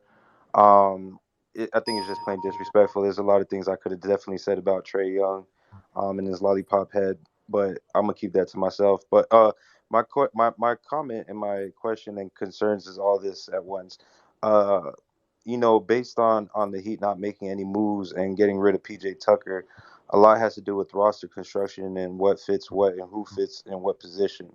So to me, it looks like from the optics that the Tyrese Halliburton and the Jalen Brunson are the best offseason moves compared to the Rudy Gobert and the Dejounte Murray. So I'm wondering, do you think when you see something like this, when things like that don't work out, do you see like teams lean to more roster construction, or are they still going to go after the big whales? They're still going to go after the big whales because in reality, if you have two top 15 players come playoff time, it makes it easier to win playoff games. And to be fair, the Hawks are better than the Knicks right now. So to say that it's a failure is a little bit too much. You could say it's been unexpected, but Dejounte has. I've said it like he's better than Trey. Like he But just that's what I was saying that off the expectations. Like when we had the expectations of Rudy Gobert going to Minnesota, we thought it was going to be a wrap over there. Even I thought it, and sorry for lying to the public about that. But like Jalen Brunson, we didn't expect as much, but at least the Knicks look a lot better than what Oh, they well, expected. see, So, I actually I expected pretty much what we're getting out of Jalen Brunson. Like that, Knicks fans had been saying this all off season, and I've been in agreement because I said this at the time. Jalen Brunson was the best point guard available in free agency. The Knicks signed the best point guard available in free agency to a team friendly contract. through a 37 win team. But once he became a Knick, it's like, oh well, he can't be that good. He went to the Knicks. And like his individual performance has been on point to what I expected, and even a couple of games exceed what I expected. And I like it. It's just unfortunate because I think Jalen and RJ is better than Jalen and Randall. So, do you Agreed. take the Knicks backcourt over the Atlanta backcourt? No. I see what JFK is saying. Like, I see where he's coming from. I would just say, like, the Hawks have 2 All-Stars and they're 11-9, and the Knicks are 9-11. The Knicks are who we thought they were. I embrace the mid. I've been saying it all year. Like, we are going to struggle, not beat the good teams, beat the bad teams, and the teams in the middle, up and down. Atlanta might be stuck. They might be. Well, I don't know what the next. I don't know what the next move, because I was in a Hawk space a few weeks ago, and I was like, yeah. Oh no, it was here. It was like last week or 2 weeks ago. Like, they need a wing. Like, they need DeAndre Hunter to be what they thought they were getting, and they're not getting that. Well, they're the wing they need is injured, and he hasn't played yet, and it's Bogdanovich. And the question is, can he play to what they need? Like, DeAndre Hunter's been fine. The issue is that they need basically DeAndre Hunter to have A+ production every minute he's on the floor, because when they put in AJ Griffin or they put in Justin Holiday, like, they never know what they're going to get. And in theory, Bogdanovich solves that problem. A vet who can come off the bench, handle the ball, and shoot the ball, in theory. But Chris, I was talking about more like, the value that they got for Jalen Brunson compared to DeJounte Murray. Like, the Knicks definitely won, the value trade on that. And that's what I'm saying. Well, The Knicks it depends, sometimes. because DeJounte only makes 17 mil. If Atlanta figures it out and they go deep in the playoffs, then the value play is purely on Atlanta, because they bought him to make a deep run in the playoffs. And if he does, and they do, then that's a win for them. Okay, so if the Knicks end up going the same record as Atlanta at the end of the season, the Knicks basically won the offseason, right? I mean, I don't think it's an apples to apples comparison, but in terms of expectations, we should say that the Knicks didn't fail to meet their expectations. So you expect them to be a playoff team this year? Well, I thought the Knicks were going to be a play-in team, and I thought the Hawks were going to fight for the 6th seed. Okay. With Miami. That's what I said. I had Atlanta like 6 or 7, and of course the Hawks fans yelled at me and called me a hater in the third. And it's like they never learned. They never learned. It's been 2 years of this. We told them about Nate McMillan. They told us to go jump off a cliff. They never learned. Yeah, no, and that Nate, like, and Nate McMillan is Nate McMillan. Like, everything I see in Atlanta is like, hey, I remember when Paul George did that. And I just look at, oh, that's right. It's Nate McMillan. Jay, the Wakan, and then Michael. Then we're going to get to Iman. We'll get her thoughts as well on the Knicks and the Grizz. I want to ask her about Delano Banton, because I think his play, even though he's been injured, should worry Gary Trent Jr., because he makes, to me, in my mind, Gary Trent Jr. Available and more expendable to get that last piece that Toronto needs to push them to the top so they can challenge Boston. And then we've got the unseriousness of the Minnesota Wizards, because that's what Rudy Gobert has done. They forfeited the future in Minnesota so that they could become the 10-10 Minnesota Wizards, because Washington is 10-10 and they play just like Minnesota. Unserious. We'll go to Jay, then Michael first, and we'll drop off at Iman. And Jay, go ahead. Wow, I put my hand up thinking that we were going to be on the Timberwolves, not still on the Knicks. Well, we can. I mean, the Knicks, I think we should rate off seasons like we do boxing, pound for pound, expectation per expectation. And the Knicks had, per expectation, a top 5 off season, in my opinion. They have a bundle of draft picks. They signed one of the best free agents on the market to a team friendly deal. They signed RJ to a team friendly deal. And the Knicks are just a competent coach away from being a feisty play-in team. They are a good to great coach away from being a sneaky 4 or 5 team once they jettison, or now that Randall's playing the way Randall should play. um there's a question of, can he keep this up, or is he doing this to stay in New York?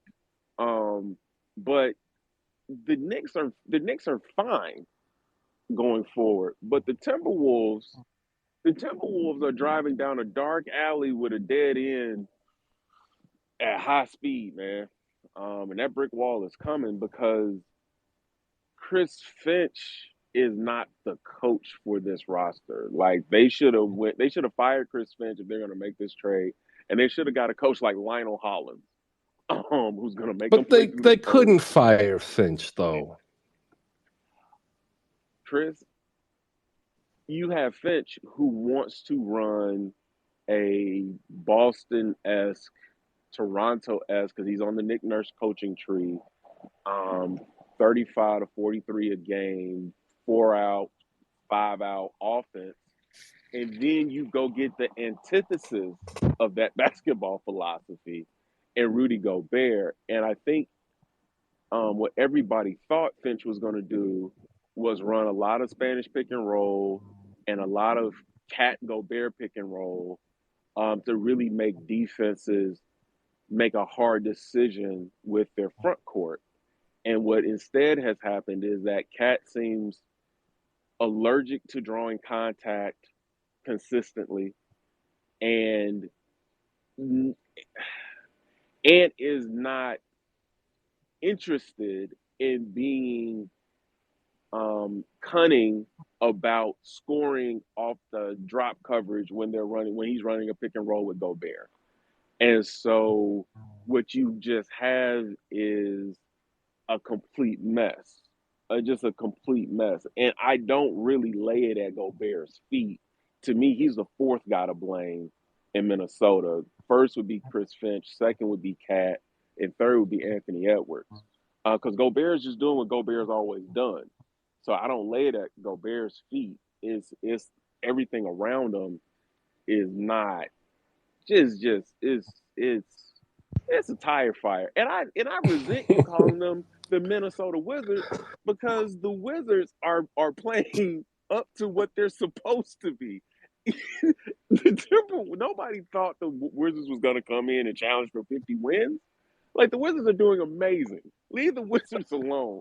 All right. So, but the problem is that the Wizards are 10-10, and like But they're they're playing their supposed to be ass 10 and off, 10. and but they go get Gobert, and they're no better than the Wizards. Which They are makes Like, them, which makes them the happiness equals Minnesota reality Hawks. minus expectations. Yeah, the y'all call them Minnesota Timberwolves traded for the $38 million Daniel Gafford, and they're 10-10. I listen. It's Well, the other problem is that from dodgeball. It's a bold strategy, Cotton. the problem is also that people thought that Anthony Edwards was going to take this massive leap and become this all-star this year. And I was like, yo, he's 21. And I said all the time, the idea of Anthony Edwards is better than Anthony Edwards. Chris. All right, no, because all that is proven is that Karl Anthony Towns can't lead this team. But we knew that already. Yeah, well, I mean, but now it's emphatic. Like, there is no defense. I knew that 2 years ago. Listen, when Jimmy after that practice with Jimmy, I was like, this dude ain't it. That was it. All right. That was it. So Anthony Edwards comes in, and he pays immediate dividends. And I'm sitting here like, yo, it's this team. But like, they swing this trade for the West Coast version of Daniel Gafford, who, by the way, has slipped to third on the depth chart behind Taj Gibson. Shout out Taj Gibson. And like, I'm sitting here, And I just don't get it because when you put Gobert in and you have Cat and Gobert, all you really got to do is move Gobert to one side, run a double, and you get Cat on a guard. Like 70% of the time, a 6'10", 250 human being ends up being guarded by a 6'5" dude. And he refuses to take him into the post. Michael, hop up in here, and then we're going to go to Amon real quick because I want to make sure we get her thoughts. Hey, yeah. Good morning, everyone. Well, yeah, still Saturday morning, East Coast. Yeah, really quickly, I just want to address this. Trey Young is better than DeJounte Murray. I think it's funny that, like, I even have to. He's not. He's not. I This is think, real like, simple, Mike. Just hear so. me out. I got 3 questions. Who's the better offensive player? I mean, you know the answer to Trey, that one. right? Who's the Yeah. better defensive player? I mean, it's DeJounte. That's not saying much. Who's the better rebounder? DeJounte. Who's the better in transition? DeJounte. 3-1. DeJounte's better. This is like trying to compare Klay Thompson to Steph Curry. Like, one is like is much more versatile, but the other one is like one of the best players on the planet on offense. So by default, like, Steph is better. Like, Trey literally like can unlock like any offense because he's such a center of gravity. Even as he hasn't been shooting the best lately, he still is one like the top 5 offensive players. Particularly Well, for yeah, his he's size. got the volume, bro. Like, he's throwing 30 shots up there. I mean, but even before the volume, though, like Trey is still like, I don't know, he's a bucket, but I think it's going a little far to say that like DeJounte Murray is better than Trey. Would you like now, as a Hawks fan, would I like to have seen the Hawks do much better so far? Absolutely. I don't like the offensive sets that Nate has been calling. I don't like what the Holiday brothers have been doing on offense or the lack thereof. And I think altogether offensively, like we're still like not really gelling, and it's showing in our record. Like after all the antics against the Rockets the other night, we still lost that game. That bugs me out to think about. Like literally, like days later, I'm still like, how in the world were we doing all this extra stuff? And I think Trey DeJounte together had like, I don't know, was it like 90, like 69, 80 points, or whatever it was. It was something like just astonishing, and we still lost. I would say this though, in regard, just moving ahead though, I think for what we got in DeJounte, like Jalen would never be able to match up in a sense of like we needed perimeter defense, and DeJounte can at least say he's been an all-star before. They overpaid for Jalen Brunson, but because of where the market's at, the Knicks felt like they had to do it. And like, yeah, Jalen Brunson is giving them what Jalen Brunson is going to give them, but they're a 500 team. Yeah, but they didn't overpay for Jalen Brunson. They paid market value and less than market value. Okay, so then you know what? To be fair, if they pay market value for a guy that's ESPN Stats and Info said is the highest paid player to get a deal like that, never to be an all-star, then maybe that's just where the market's at. I can accept that. That is. Yeah, that's like you can't like Tobias Harris got a $30 million plus contract because he had a career year and the market dictated that he's going to get $34 million. So can't be mad at that. I totally get it. I think though ultimately we just had to. I mean, it remains to be seen like what was the better value. I don't see Jalen performing much better than he did last year. Even as he's getting way more touches with the Knicks, he's scoring all his points in the paint. It remains to be seen, and I think the Hawks still have we have a lot of work to do once we get Bogey back and get some semblance. The Rudy Gobert thing, I do want to just touch on really quickly. I don't think there was any reason why the move should have happened in the first place, and we know that like Rudy Gobert, just as the only big on the floor, he doesn't really do a lot of amazing things on the offensive end. So I don't know why they thought putting him and Cat on the floor at the same time would lead to being one of the best teams in the West, the league. I don't know. But I mean, yeah, it's as horrible as it sounds. Like I was just looking at a tweet where they were like Draymond basically outplayed the both of them. And Draymond is giving up I don't know what 40, 50 pounds and 6 inches of height. There's no reason in the world why these two guys should be playing together. Like this, the way the league is today, you don't need more than one big on the floor, if that. And so I feel you. Minnesota screwed themselves as far as I'm concerned. He gives up 4 to 5 inches and 20 to 25 pounds. Okay, But yeah, 25. no, I agree. He manhandled both of them at times. It was pathetic to watch. Like I don't like to use that word because it's very charged. But it was bad. It was But it's just like, what's bad. next though?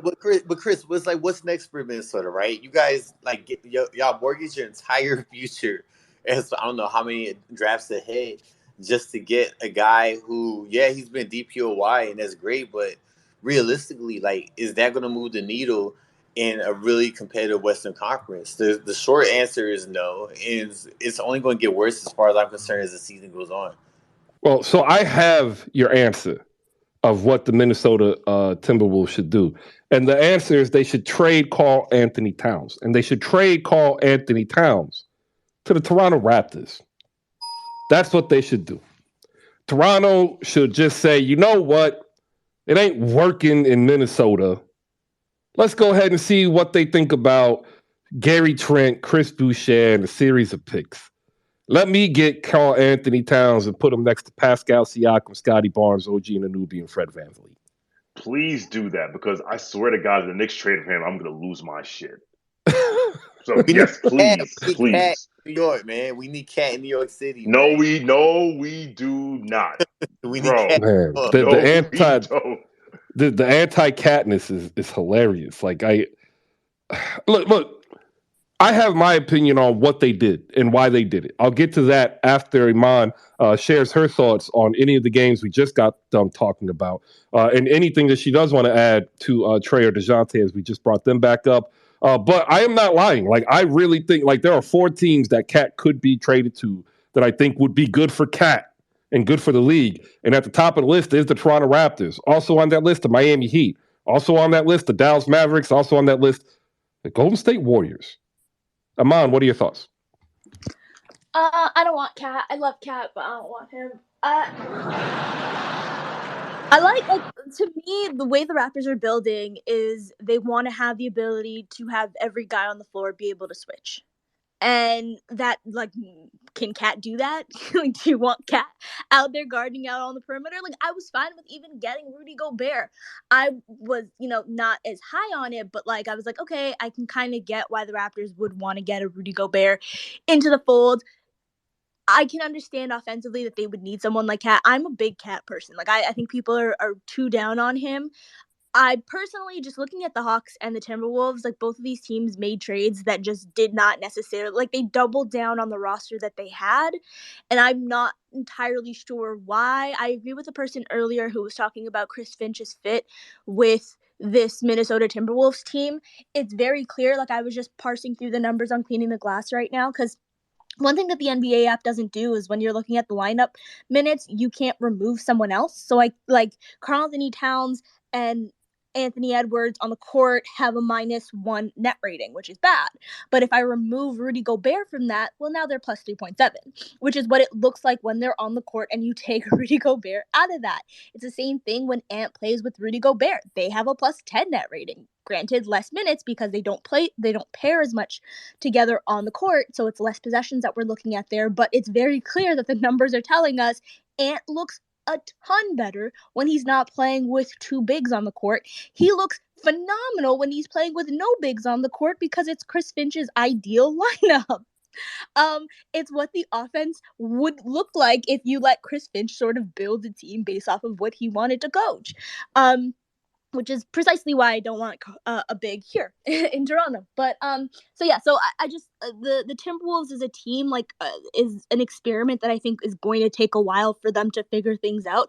Honestly, parsing through the lineup data, it is very much a mess. That is hard to understand, and it looks like Ant just plays well when he doesn't have bigs on the court. It seems like a pretty easy formula, but it's not one that they're going to be able to make sense of as long as they have 2 bigs. Same thing with D'Lo, but I was really focusing more so on what Ant's numbers look like. As for the Knicks, I think that they should be. I think their offseason was great.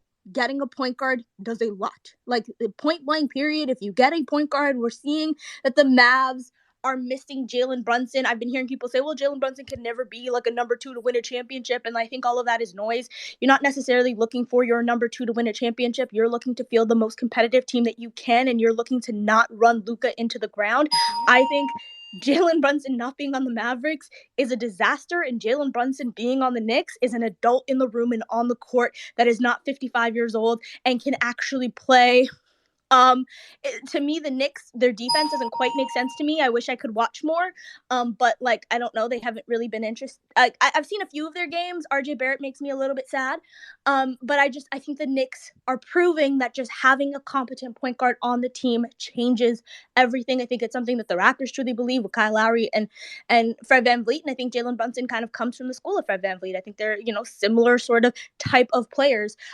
So really big on them. I don't know. You guys mentioned a lot of things. I don't want to touch on too much, but as for Delano Banton taking Gary Trent's spot, I don't know if we're at that part yet. I could probably mute myself until we get there, but I'm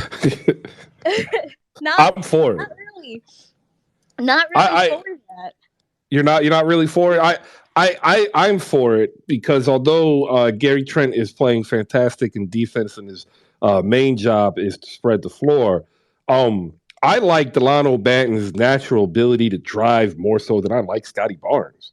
And I think even playing him with Scotty it just provides just a more aggressive offense for Toronto. And I think it actually benefits Scotty as well. I think it benefits God. Here's the thing with Delano. Delano, I think fully realized version of Delano Banton is a 6'9" guard who can handle the ball. Hopefully he can develop a shot, is a phenomenal cutter, and all these other things. Delano Banton, as it stands right now, is not good on ball threat. Like, here genuinely, and I mean this from the bottom of my heart, the Raptors need to set a screen in order to get, if someone presses up, so the scouting report is out on Delano Banton. If you press up on him, if you play full court press, as soon as he inbounds the ball, he will turn it over. The Raptors have continuously needed to set a screen so that Delano Banton can be freed enough to dribble the ball past half court. If your point guard cannot bring the ball up past the midway part of the court, cannot, like, that is a disaster, right? So, like, just the idea of Delano on ball, I think, is a bit of a problem. Here's the thing, that's not Gary's role. Gary's not that. Gary is not, people compare him to the Tyler Heroes and the Jordan Pooles. He can never be that. He's not going to get, he can be that. He's not that right now because he's not the playmaker. He's not, you don't trust the ball in his hands. That's not his role. That's not his job. Delano also very well cannot do that, despite the fact that the Raptors continuously try. What Delano does really well is he's an excellent cutter. He is such a good cutter, and he's also shown the ability to be a knockdown, catch and shoot threat. When I say knockdown, I mean he's probably made like 2 or 3, but he's only attempted 2 or 3. So, like, it's a terribly tiny sample size. But if he has the ability to do that, and he is one of your team's best cutters, he's obviously not the best, but he is from the bench one of the top 3 guys, I would say, that can get to the rim and can cut, and he's so long and he can finish. And also defensively, something that, like, he and Gary are not good defenders today, but something Gary did really well last year is he led the league in deflections, I want to say up until about the midway point of the season, because of how aggressive he was on the defensive end and how active he was. And the Raptors want you to gamble. They want the Gary Trent Jr.'s to gamble because your backline of your defense is Pascal Siakam and OG Anunoby. So it's like, yeah, sure, we'll clean it up. Like, that's sort of the philosophy there. And so, which is why I don't want Karl Anthony Towns as a Raptor. Another reason. I don't want the back line of my defense to be Cat. But so that's what Gary does well. He's not doing that at all this season. And you could say that he's injured and he's sick and he's had all these other things. He's not doing that. And something that Delano does. Delano's not a good defender, but Delano is long.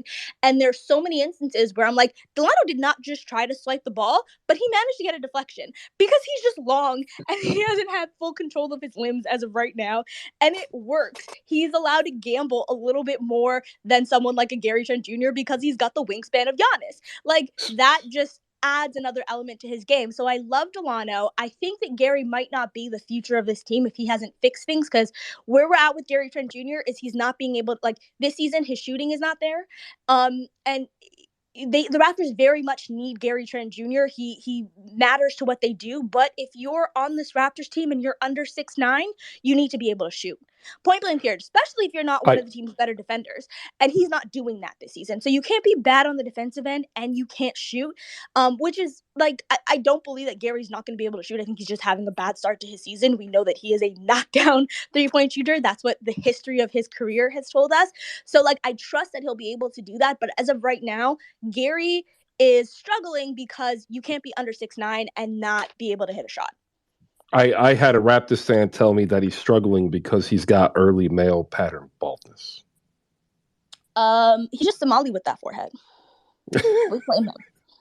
We claim him. He's from Minnesota too. We claim him. Let me get Chill and JF up here. Chill, what's up? Your thoughts on anything? I am agreeing with Iman. I'm a huge Delano Banton fan. I think long term is going to be great. Chill, go ahead. Floor is yours. So tonight we face the Raptors. We're cooked. We're gonna lose by 30. I mean, not at all. I mean, no. Everyone in their grandma's out, man. Everybody in their grandma's out. So like, we're gonna get cooked tonight. So I'm just bracing for that. Jared Allen's out. Lamar Stevens out. Kevin Love's out. The Raptors are more injured. Yeah, Keith's out. I just picked up Dean Wade, by the way, for my fantasy team. Just that's how bad he's not lying. The Cavs, like their whole backcourt. No, I know. I watched. I saw what happened. It sucks, but like the Raptors have 3 people at any given time. Bro. I'm telling you, we're cooked. Especially if Pascal plays tonight, we're definitely cooked. Like for sure. He's not playing. He's not playing. Yeah, I haven't gotten the questionable. He practiced. They're saying questionable. He practiced for the first time this weekend. He's been out for Nick. Unless the Raptors are really desperate for bodies, I don't see Pascal playing on Monday. Okay. I think he plays probably towards the mid or end of the week. So Scotty playing. Scotty might be back though. Yeah, Scotty might be back because I don't really know what Scotty's injury is.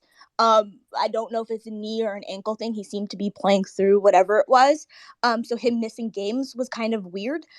So I would imagine that he's back, but I don't know. I heard they were waiting for the morning shoot around for Toronto, which is actually getting ready to be over in like 40 minutes, I think. Don't listen to anything Nick Nurse says. Nick Nurse will tell you he'll tell you Malcolm X is playing for the Raptors tonight. You can't listen. But no, but also, right? So I mean, superstars magically get healed when they're playing against us. That's true. That's a fact. Literally, they'll be like, a dude's been out for 2 weeks. Oh, he's making his debut against the Cavs. That's how it always happens. It always happens like that. So I wouldn't be surprised. I mean, we are down. Like, we are down. I was at the Pistons game yesterday. We are down to the point where it's like, it's bad. Like, the bench looks very, very bare once the starting five's out there, whatever, whatnot. Once any 5 guys are out there, the bench looks absolutely empty. So I think, we're cooked, and our post defense is cooked. Jared Allen fell on his hip. So that y'all be fine. You have Robin Lopez, man. He'll just tell jokes and they'll laugh. Hell no. Let me get JF up here. JF, your thoughts? Yeah, Chris, I'm not a cat person. I'm more of a dog person. I'll take Nas Reed if he's available. And is Nick Nurse and James Dolan still in the same boy band?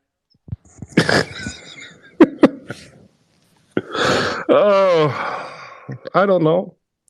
All I know is I trust Nick Nurse. Like, I don't know why a man wearing those glasses would lie to me. Pascal Siakam practiced on Sunday. If he plays, he plays. I'm with him. I don't think he plays until later at the end of the week.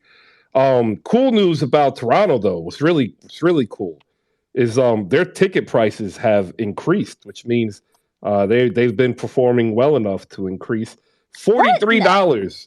$43, the lowest ticket price today. Wait, time out. Raptors ticket prices, $43 is probably standing room only. I don't you'll be in the 300s and the team could win 22 games and they will still charge you $200 to get into the building because this is a money-making operation. No, I know. I And know. I track, the ticket it's probably standing prices. room. Check if it's standing room. It's probably standing room. They'll do that I'll to you. It'll check be like for you. $43, and then you go and you have to stand. I don't know. Raptors tickets are a ripoff. It was actually for Lowry's return. It was cheaper to buy a flight to Miami, stay in a hotel for a night, and buy a ticket to the game and watch him there than it was to buy a single ticket to a Raptors game. Same thing if DeMar returns or if the Raptors play a team that's better than 500. Yeah, they're all balcony. They're all 300s. All right, here we go. $66 low level 101 row 32 2 tickets. Oh wow. Welcome to the club. You should see what my Knicks tickets are. Jesus Christ. Oh yeah, because here's the thing: the Maple Leafs are the Knicks of the hockey world, and the same people who own the Maple Leafs own the Raptors, so they're using the same model, which is fans are going to buy tickets despite how crappy of a product you put out there. So you don't have to better your product; just up your ticket prices. Yeah, I was gonna with the Pistons. Go ahead. Bro, like the parking is $40, bro. Parking's $40. Without a doubt. 4 and now for Pistons. Like, come on now, you can't. Crazy. Shout out to New Orleans Pelicans. Their tickets on sale for the Toronto Raptors game on November 30th. $6. $6. Sounds about right. You can't even buy a drink from this. You can't buy a water bottle for $6. JF, get in here. Your thoughts? I believe you can get something from Tim Hortons for $6 though. A Timbit. Tim Hortons. You know what? Mary Brown's better than KFC. Hands down, twice on Sunday. I agree. Better chicken. That's sad, too. That's real sad. All right. We've talked some Raptors. Next up, we also talked some Wolves, which, by the way, I do not understand why the Wolves decided to start the season without a point guard. Hopefully, they realize that D'Angelo Russell is indeed not a point guard. He is a shooting guard who can dribble and sometimes pass. Please look into starting either Jalen Noel or Jordan McLaughlin. I'm getting tired of this. It's like if they were to trade for Trey Jones from San Antonio, they would have something. They could move D'Angelo to the 2, Anthony Edwards to the 3, and then maybe you'd have some type of offense to be able to run. But I think part of the problem is D'Angelo Russell just cannot run a modern NBA offense. Jay the Wakandan, your thoughts, and we're going to head over to the team that the entire league should take notice that are above 500 and getting ready to surge, I think, in the Western Conference. That is the Golden State Warriors. And after Jay the Wakandan, we'll do another read for our sponsor, Slam Goods. Thank you, everybody. Good morning. So do you think that this team, what percentage would you put on the Minnesota Timberwolves woes on losing Patrick Beverly out of that locker room? 0. 0. 0. I like Anthony Edwards more when Pat Bev was playing beside him, so I'm gonna put it at 10 to 15. I like the question. I put 0 percentage of miss or loss of not having Patrick Beverly. I think not having Malik Beasley is more important to Minnesota not being more than the Washington Wizards than not having Pat Bev. Sean, what are your thoughts? I just want to say that I love Iman. Her takes and breakdowns are excellent. They're amazing. I will take umbrage with the fact that she called the Knicks the Maple Leafs, because I have seen the Knicks make the finals in my lifetime, whereas the Maple Leafs have not made the finals since, as I check my notes here, 1967. It's a long ass time. That's all. But everything else, Iman, you were spot the hell on. Appreciate you. Thank you. I mean, fuck the Leafs. You could say anything about them. 1967, long time ago. I actually had forgotten that the Maple Leafs still played. Not gonna lie. That's sad. Well, I mean, like you had the Winnipeg Jets. They moved and became what? The Dallas Stars. No, The Leafs Winnipeg are moved a to No, that Atlanta. was Minnesota. Whatever. money-making machine. No, They are not Yeah. going Winnipeg. anywhere. Winnipeg moved to Atlanta. Oh no. Winnipeg moved to Phoenix and became the Coyotes. Oh Yeah. And Jesus. then I forget somebody moved to Atlanta, and then they were like F this, and then they moved to Winnipeg. Are Yes. the Canucks still around? Yes. Yes, Calgary Flames still around? yes, Ottawa Senators? Yes. yes. All right, then we still good to go. We golden. Good job, Canada. Toronto's still. I'm just making a joke because they don't do anything but make money. And The Golden low State. key, the NHL franchise is one of the best sports franchises in video games. Just on the low. It's better than Madden. It's better than 2K. I haven't played Madden in years. I didn't even buy 2K this year. Last year pissed me off so much that I did not buy 2K at all this year. I'm so disappointed. Good for you, Chris. I have a yearly tradition of not buying them until Martin Luther King Day, when you can get the whole thing, the good bundle for like $30. I don't even know if I'll do that.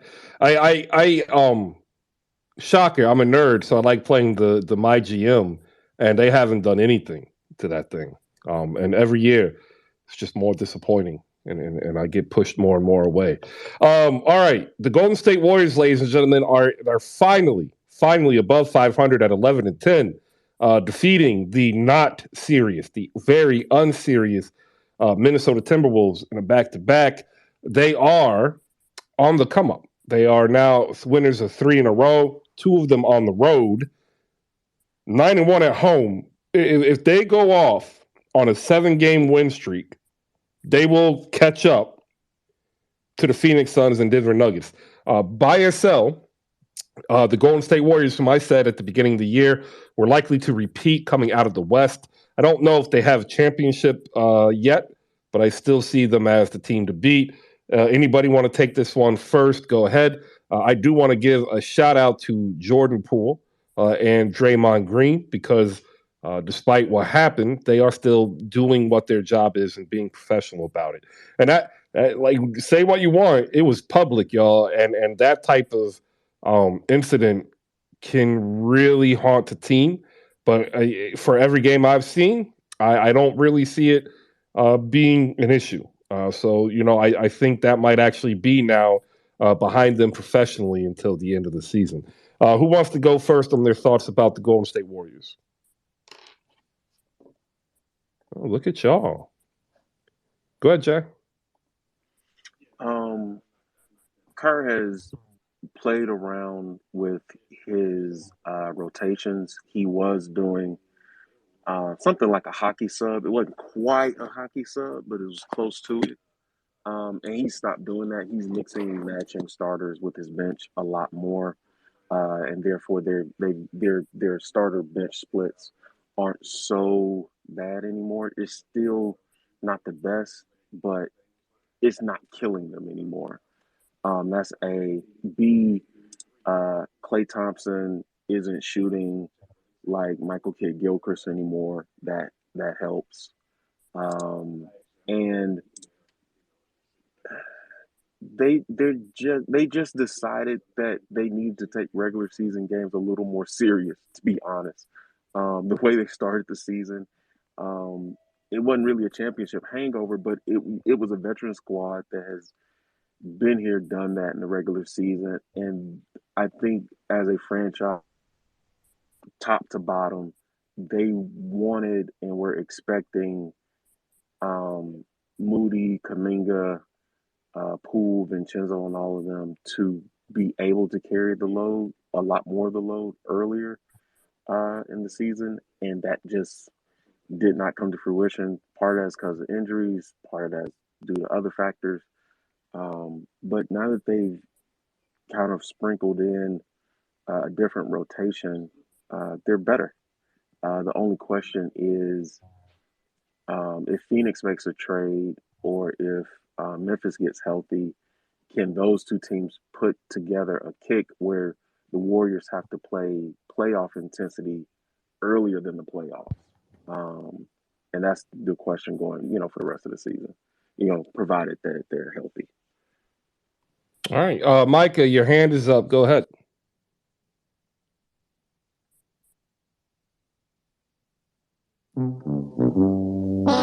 Micah. Man, I'm going for the record. I keep on having to unlock my phone, but real quick on the Warriors, man.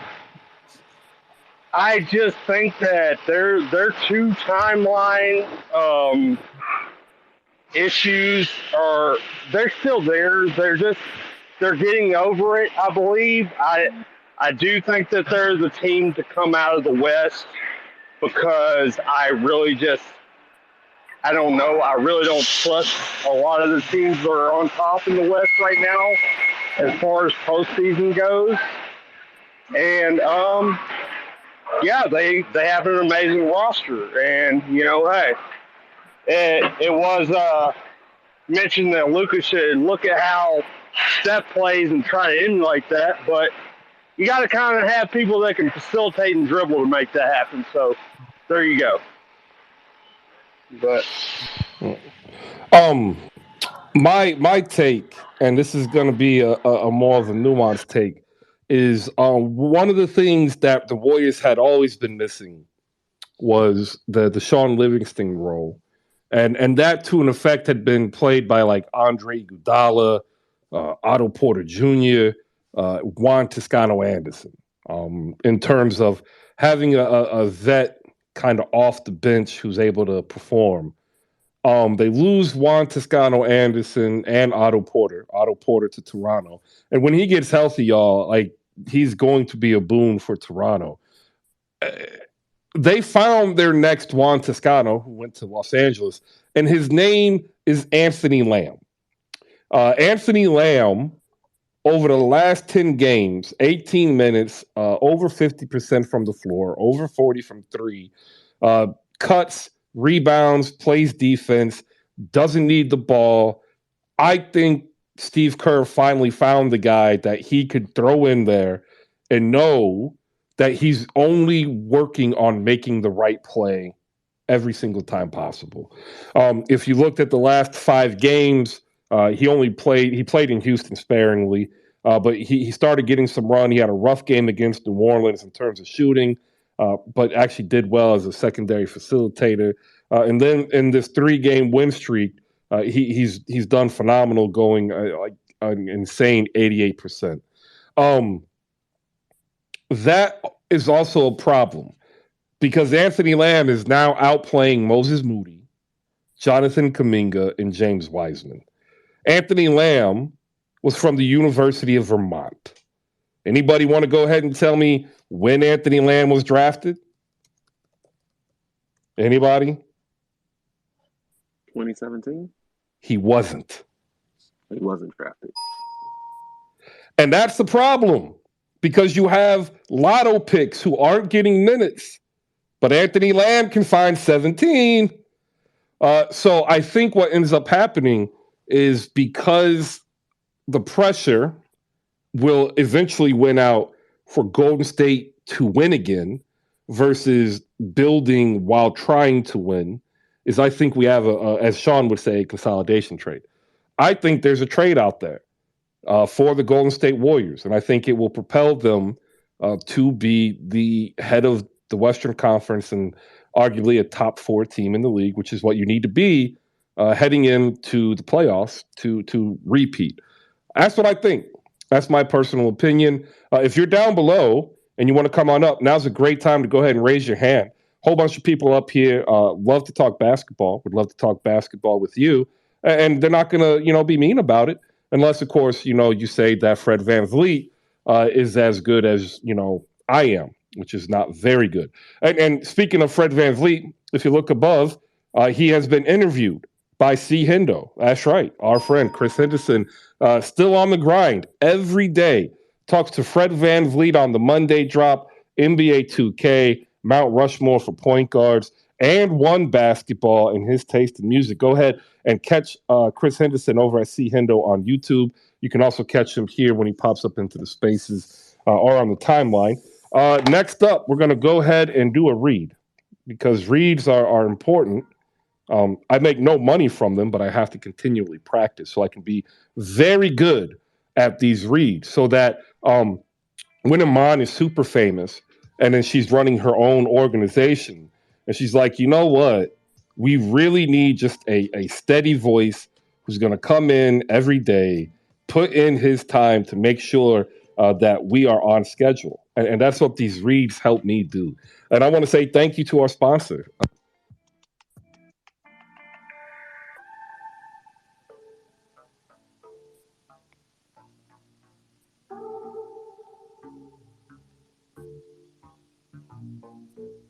Chris, are you reading?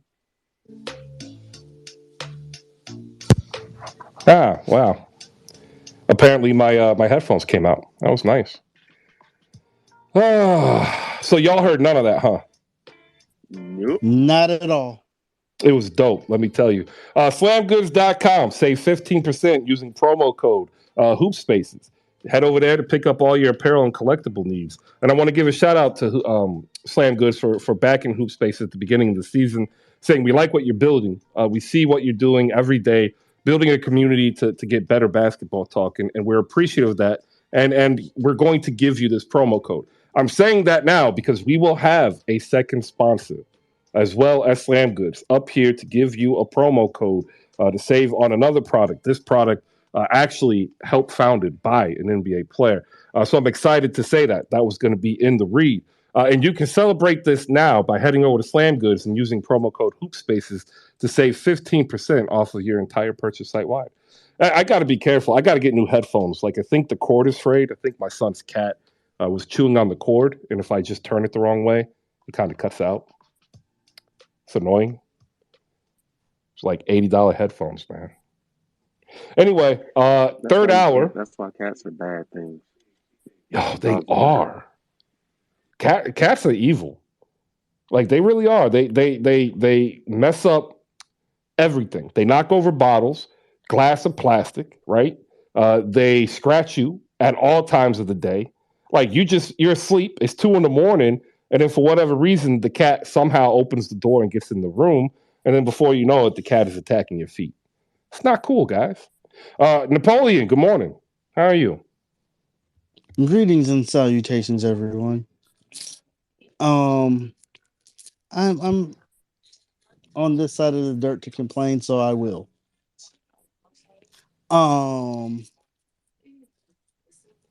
That is a hell of a complaint. I'm trying to figure out how I want to word this when it comes to Luka. Everybody isn't. We haven't even gotten there yet, but we'll get there. Well, I will hold that then. Yeah, we're going to close with the Mavs. We're going to close with the Mavs today. Well, I digress. Yeah, we've got a couple more games that we want to hit on, and then we will get to the Mavs. Next game we want to hit on the Boston Celtics beating the Minnesota Wizards, who are 10-10, 130-121. The teams are just going to be synonymous at this point because when you think about it in seriousness in 500, if the idea and face of Cat and Kristaps Porzingis doesn't come to mind, I don't know what does. 130-121, and that is with the Boston Celtics scoring a measly 17 points in the fourth quarter. So they almost were doubled up and yet somehow still won by 9. Bradley Beal, 30 points, 11 for 19 shooting. Kristaps, 21. Grant Williams got the start. He only had 5 points. Al Horford, 14. Marcus Smart, Derek White, 14 and 15 apiece, combined for 10 assists. This is a game without Jason Tatum. And you know what? They didn't need him. Jaylen Brown, 36 points on 13 for 23. Sam Hauser and Malcolm Brogdon each with 3 3-pointers off the bench. Dominating win. And for the Washington Wizards, this is who you are. You're a team who's playing Taj Gibson 12 minutes a game because for whatever reason you thought that Taj Gibson at 37 is going to give you a better chance to win and get to the playoffs. That's about all I got for the Wizards. Next up, Nets Trailblazers 111-97. This was a game where Trailblazers didn't have a full assortment of their weapons. Damian Lillard should be back sometime this week.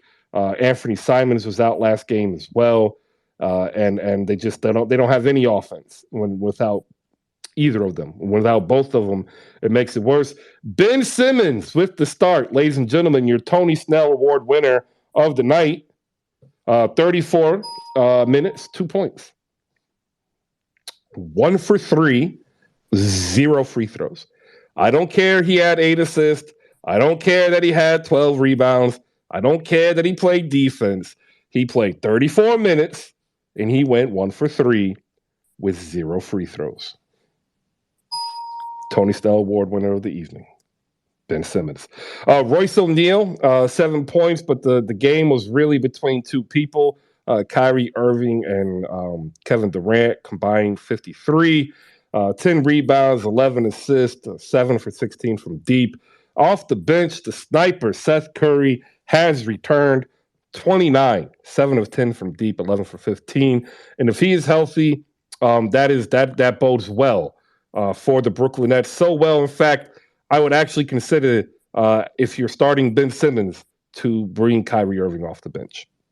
There you go. There's my thoughts on that. We'll go to HoopSpaces Ryan. After the next 15 minutes, we're going to sink our teeth into what the hell is wrong with the Dallas basketball Mavericks. Ryan, good morning. How are you? I'm good. How are you doing this morning, Chris? I'm good. I purposely left off one of the league's hottest teams just so you could come up here and spread your love for the return of LeBron James and your Los Angeles Lakers. But I also think you might have something else you want to add into the conversation.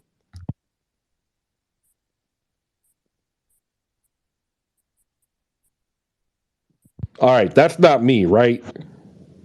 No, we cannot hear Ryan. All right. At least it's not me. Rough, man. Case of the Mondays.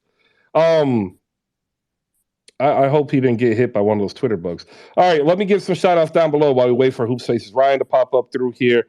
We have Evan Townsend of Project Spurs. Make sure you catch his spaces with Project Spurs to talk all things Victor Wembanyama in San Antonio. I kid. Kelton Johnson having a fantastic year. Devin Vassell taking another step. Trey Jones quietly averaging 7.5 and assists and 1.5 steals. I think he will be a prime trade candidate at the trade deadline. Shout out to Jose and Speak On It, Rolo and Jazz, the leaders of 77 Spaces. Also, shout out down below. We'll go to a random one that I don't think I've ever shot out before. We will go to Garrett Woolridge. What's up, Garrett? Shooting you will follow back. Appreciate you coming up and supporting us by being a listener. All right, HoopSpaces Ryan, you back with us?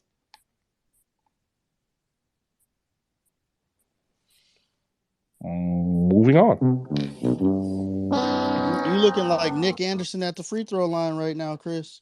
Hey, look, man, it happens. It happens. Cavaliers beat the Pistons 102-94, and I don't think any of you really watched that game because it was the Pistons. And without that game, you watched that game? No way. Yeah, man. Yeah, no, I watched that game, man. It was because I really do believe that the Cavs, if healthy, are the third best team in the East. So I have been watching the Cavs, and yeah, it's bad in Detroit.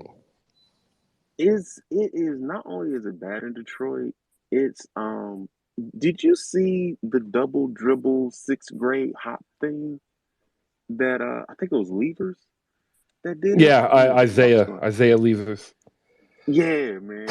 And Dwayne Casey just smiled to stop from having a stroke. Oh, there was a Marvin Bagley from the top of the key. He took like 6 steps, right? Yes. And they tried to say he didn't travel, and I'm like, I've never seen a grown man who's 6'10" take 1 dribble and then 4 steps and then 1 dribble and 2 steps. I've never seen this happen. And like all Dwayne Casey can do is like, he and Isaiah Thomas shared this head twitch. Like it twitches to the side, and then it twitches up and diagonal, and like you start seeing the veins pop out Yes, on I was the just about to say the eyeballs, vein. Yeah, I was just about to say the vein comes and out like to the left of his forehead. yes, and I'm sitting here like, bro, you should probably resign for your own health at this point. 5-17, your Detroit Pistons, tormenting Dwayne Casey. Real quick, I'll give you 30 seconds. What did you see about the game? We got HoopSpaces Ryan up here. What I saw about the game is that because I was focused mostly on the Cavs because I know Cade is out and they just got a lot of things going on in Detroit where they haven't really figured out the hierarchy of that team. So I really don't watch Detroit because it's just chaos, but in a bad way. Um, but with the Cavs, Donovan Mitchell is slowly but surely learning his teammates and learning when not to play hero ball. Evan Mobley hit a really clutch three late in the game, which I thought was a good sign because it's not that he didn't have like a great game up to that point, but for him to have the confidence to take that shot, the game on the line, bodes well for them going forward. Karis LeVert didn't play, Jared Allen didn't play, Kevin Love didn't play, and this Cavs team, when it was winning time, Donovan Mitchell, proved his, late game star bona fides, but it wasn't because he hit a nasty step back three late in the fourth quarter. That's just one of those superstar moves, but he didn't mind when he got double dumping it off. He didn't mind passing it off to Garland when he drew the double and letting Garland cook. And so this Cavs team is really, really good. It's just not pretty yet. And I think it will get pretty as the season goes along, as the chemistry gets better and better. And Donovan knows his guys and their spots and when Rubio gets back and all that stuff, because they have a sneaky good backcourt and it works even though it's super small because they're long and big everywhere else. So that's why I watched the game, not necessarily for Detroit and Dwayne Casey for any reasons, but just to see what was going on with the Cavs. The scary part about the Cavs is both Garland and Mitchell sucked that game shooting the ball. They were combined 13 for 42, 2 for 13 from deep. But when it mattered, they went 23 from 25 from the line. And if your starting backcourt is going to give you 23 points from the line off of 25 attempts, like you're walking in there only having to score 85 points on an average night. Yeah, no, the Cavs spent a lot of that game, quote unquote, working uphill, but they were never stressed about it. You know what I mean? It was one of those games where, like, yeah, okay, Detroit's up 6. Okay, yeah, Detroit's up 8. But there was never any concern. There was never any panic timeouts. It was just one of those games where I don't know if y'all have ever watched interviews of old time players talk about playoff series for teams they don't respect. But it was one of those kind of games where it's like, yeah, okay, we know what the scoreboard says, but we're still winning. And that's what happened. Shout out to Rodney Magruder getting the start. Keep getting those checks. And shout out to Killian Hayes, who might have just bought himself another year in the NBA. Seriously. He might have just bought himself. Like some team is going to look and say, we can make Killian Hayes do that for us. HoopSpaces Ryan is up here. Los Angeles Lakers 7-11. They have won 2 straight, including a 39-point performance by LeBron James and a leaking head out of Russell Westbrook. There's now still more trade rumors abound regarding Hield and Turner and Westbrook, to which I say, why the hell would Indiana do this now when they are in the top 4 position in the Eastern Conference? To that and to other NBA talk, we go to HoopSpaces Ryan. After that, we will move off and on to what the hell is wrong with the Dallas Mavericks. Ryan, good morning. How are you? Good morning, sir. Sorry about the phone call at the worst possible time when you went to me earlier, but thank you very much. The rumors of LeBron being washed and in decline and Father Time catching up appear to be greatly exaggerated. The man threw down basically 40 and 11 at what is he now? I mean, I can't handle how old this man is getting and still doing this at this age. It's insane. He just doesn't seem to decline. I don't know. I don't know. 80 not there. They could still beat up on a team. Granted, it was not a team that was going to be putting up too much of a fight, but still good to see the King doing what he's supposed to do at such an advanced age. Now, I want to ask the room a question. I'm known for trivia.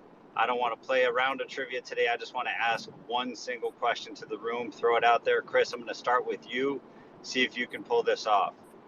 There are 2 teams in the league right now that are making less than 10 threes per game. Can you name them? 2 teams making less than 10 threes per game? Yes, sir. The Minnesota Timberwolves. That is incorrect, and I will give you a hint.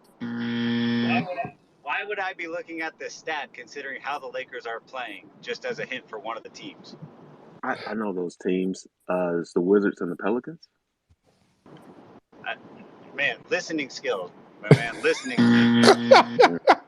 The Lakers. I would assume it's the Lakers and the Bucks. What was that? Say that again. I would assume it's the Lakers and Bucks. The Bucks are not the other team.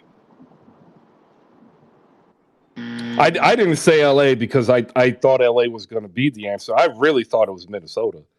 All right. If it's not Minnesota, then my guess would be San Antonio, because the only 2 that I know really launching threes is Vassell and Keldon Johnson. I actually would have thought it would have been San Antonio as well, but I'm kind of curious if it surprises everyone to know that the Atlanta Hawks are tied with the Lakers, making only 9.6 threes per game, having Trae Young on the team and DeJounte Murray. Oh, wow. That is not cool. How do we feel about it?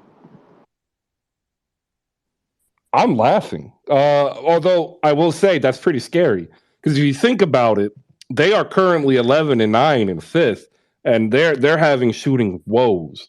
So like if they bump that up to 12 per game, which isn't out of the realm of possibility, like they're adding 6 points on, and that would make them score 120 per game.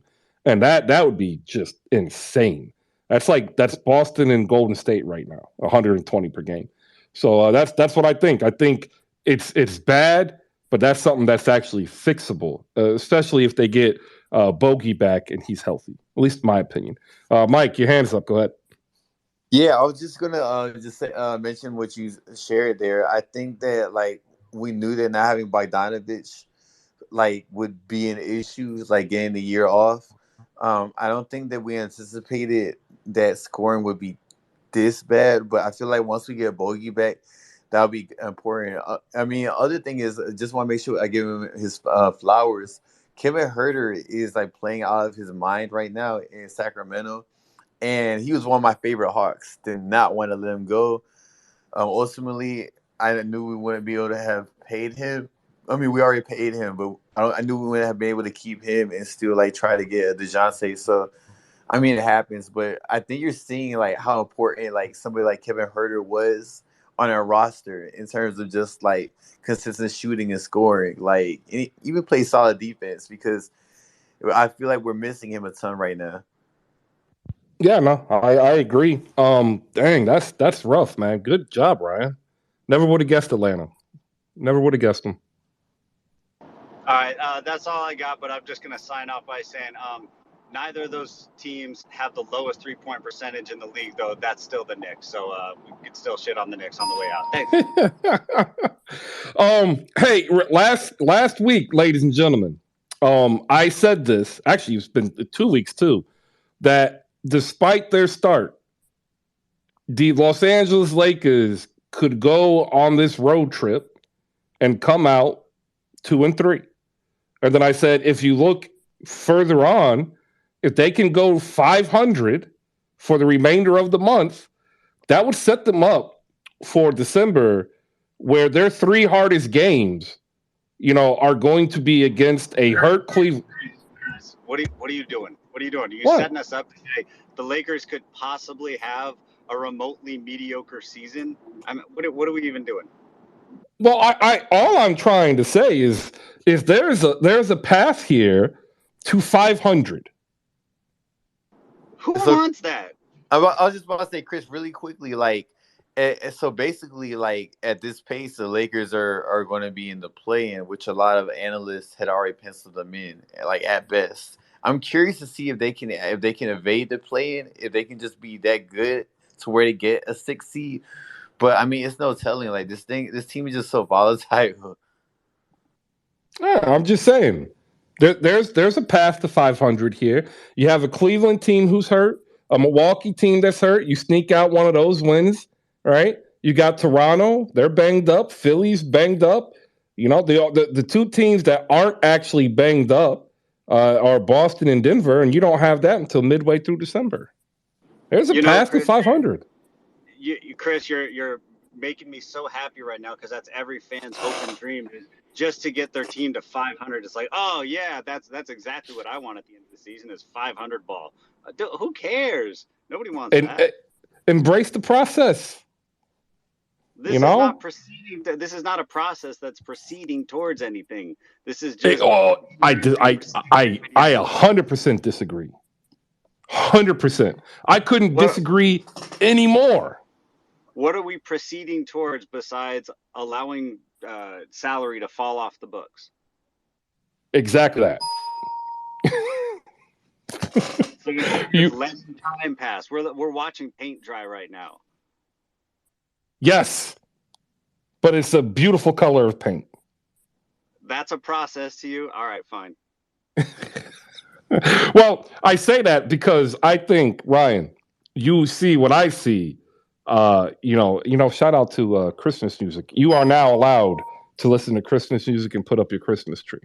Um, this whole Rob Pelinka plan is going to blow up so miserably, I think, in the Lakers' face that I am locked in and excited, Ryan, to see what will happen. I just think it's going to be so great. It's going to be awesome. I think it's hilarious that you think there's a plan, but all right, cool. Shout out to the Boston Celtics, the best team in the league. They are sitting at 16-4, 9-1 at home, 7-3 away, 120 points per game, 113 given up. That's a 7-point differential for tops in the Eastern Conference. Cleveland is slightly behind it, and Phoenix is slightly behind them. So it's tops in the league, actually. We don't really talk a lot of Boston because, like, they are being that good. And what's even scarier is they were that good last night without Jason Tatum. One other game that we didn't talk about, we had the Pacers and Clippers. I don't think we really talked about it because it was the Pacers and the Clippers. Tyrese Halliburton had another double-double. He's apparently going to have a lot of them. He'll probably end up leading the league in assists. But when you look at the team, it is a hot and cold team. Benedict Mathurin was cold. Miles Turner was cold. Buddy Hield was cold. Ergo, the Pacers were cold. The Clippers, they didn't really fare much better. They just didn't suck as much, to be honest. Zubac had a career game, though. 31 points, 29 rebounds. So if you lost to a single player, tip your hat off to him because he looked phenomenal last night. Now, ladies and gentlemen, we reserved the remainder of the show, some 20-plus minutes, to talk about what the hell is wrong with your Dallas basketball Mavericks. So if you are a Mavs fan and you are down below, now is the time to raise your hand because we, as fans of the game, are here to hear your frustrations. 9-10, ladies and gentlemen, your Dallas Mavericks. Here are some relevant statistics for you. Luka Doncic leads in points, rebounds, steals, assists, and is like third in blocks. Spencer Dinwiddie plays basketball in Dallas. Christian Wood has yet to start a game. Tim Hardaway Jr. is still Tim Hardaway Jr. Like I don't know what to tell you. I have no idea how to even get a read off of this Dallas basketball Mavericks team because your next leading rebounder is Christian Wood at 7.6. Nobody has more than 5 after that. Dorian Finney-Smith has 4. How about assists? Let's talk about ball movement. How do you view ball movement? Is ball movement purely quantified by an assist metric? Is it a hockey assist metric? Because here's my problem. Luka Doncic has 8 assists, right? Almost at 8.5. Spencer Dinwiddie has 5. The next one is 2, and that's Tim Hardaway Jr. In fact, the only other person with more than 1 assist per game is a guy who's not even on the roster. Or if he is on the roster, I don't really know because I ain't seen him play since October. And that's McKinley Wright out of Colorado. Like, that's how bad this offense is, that they can't muster ball movement. If you want to go to rebounding, like, let's go to offensive rebounding. Your best offensive rebounder is Dwight Powell. Dwight Powell. Oh, yeah, at 1.6 per game. Even Christian Wood can't get that. Like, it's just a mess. So if you are a Mavs fan, come on up. We really need to hear from you. And then you're going to hear from us. Up top, we have Iman from Yahoo Sports Canada, Dishes and Dimes, and Basketball News. Make sure you shoot her a follow and check out the best Femme Fatale podcast on the planet, the Dishes and Dimes podcast. Women talking hoops and culture. And you know what? When you listen to it, you become smarter. So make sure you put it on your regular rotation. Check her words over at Basketball News and Yahoo Sports Canada. She's also on TV because, unlike you, she's actually really good at talking basketball and famous. I'm a fan. You should be a fan too. Shoot her a follow. Also up on stage, Beerly Sports, Jay the Wakanda Tech Support, 6 at the 12, Napoleon, Micah, and Joe the Historian. If you are down below and you want to come on up, raise your hand. Do us the favor, the very first tweet up in the Jumbotron. Go ahead and like and retweet that so you can get up on stage. We appreciate the support. In fact, I will put it again just so that everybody has the opportunity to share. And for the 24 people who shared today, I want to say thank you for supporting, because that's what we need. We need everybody who participates to at least like and retweet the show card so people know we're here. All right, we will go to our resident Mavs fan that's currently on stage, as Jose's probably at work, as is Rolo. Actually, no, Rolo's on vacation. We'll go to Micah. Micah, go ahead and give us a quick 20-game summary of the Dallas Mavericks. I'll give you a couple of minutes. Go ahead, everybody. Raise those hands. Retweet the show card. We'll get you up here. Micah, go ahead. The floor is yours. Man, well, where do I start? It's the same thing that I've been saying for over a month, and All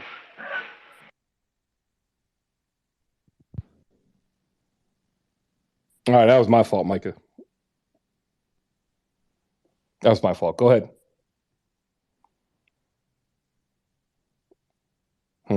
He might not know he's on mute. There you go. oh, okay, all right, cool.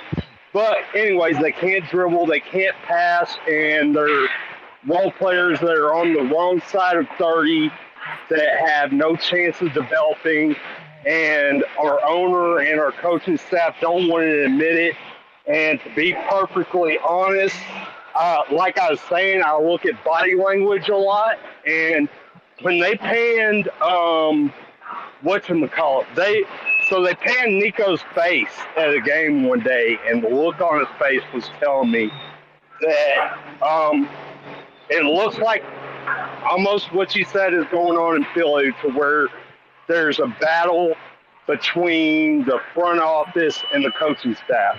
The difference is, on our side, it looks like the front office is the superior, and the coaching staff does not have a clue. They do not run sets. It's pretty much Luka, go do something.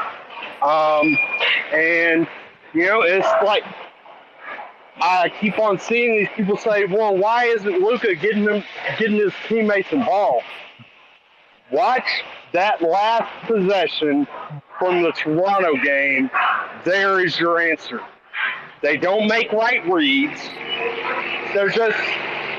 They're old, and there's no chance of them getting better.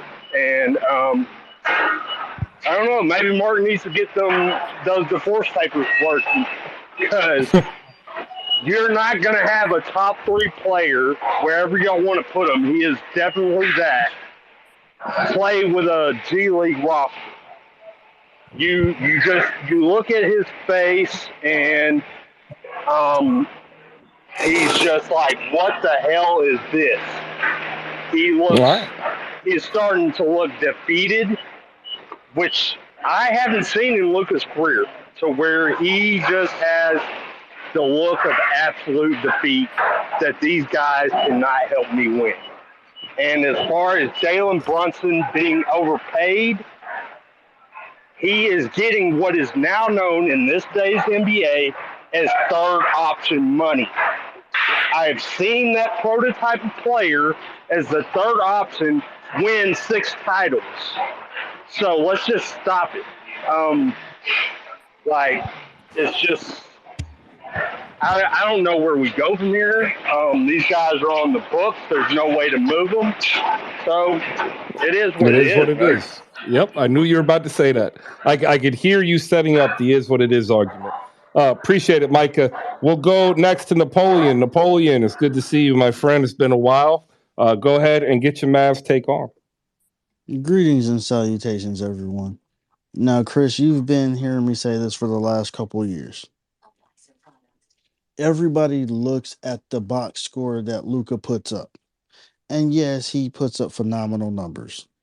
But this has been something that has been brewing with teammates over the years. Luka is going to get his.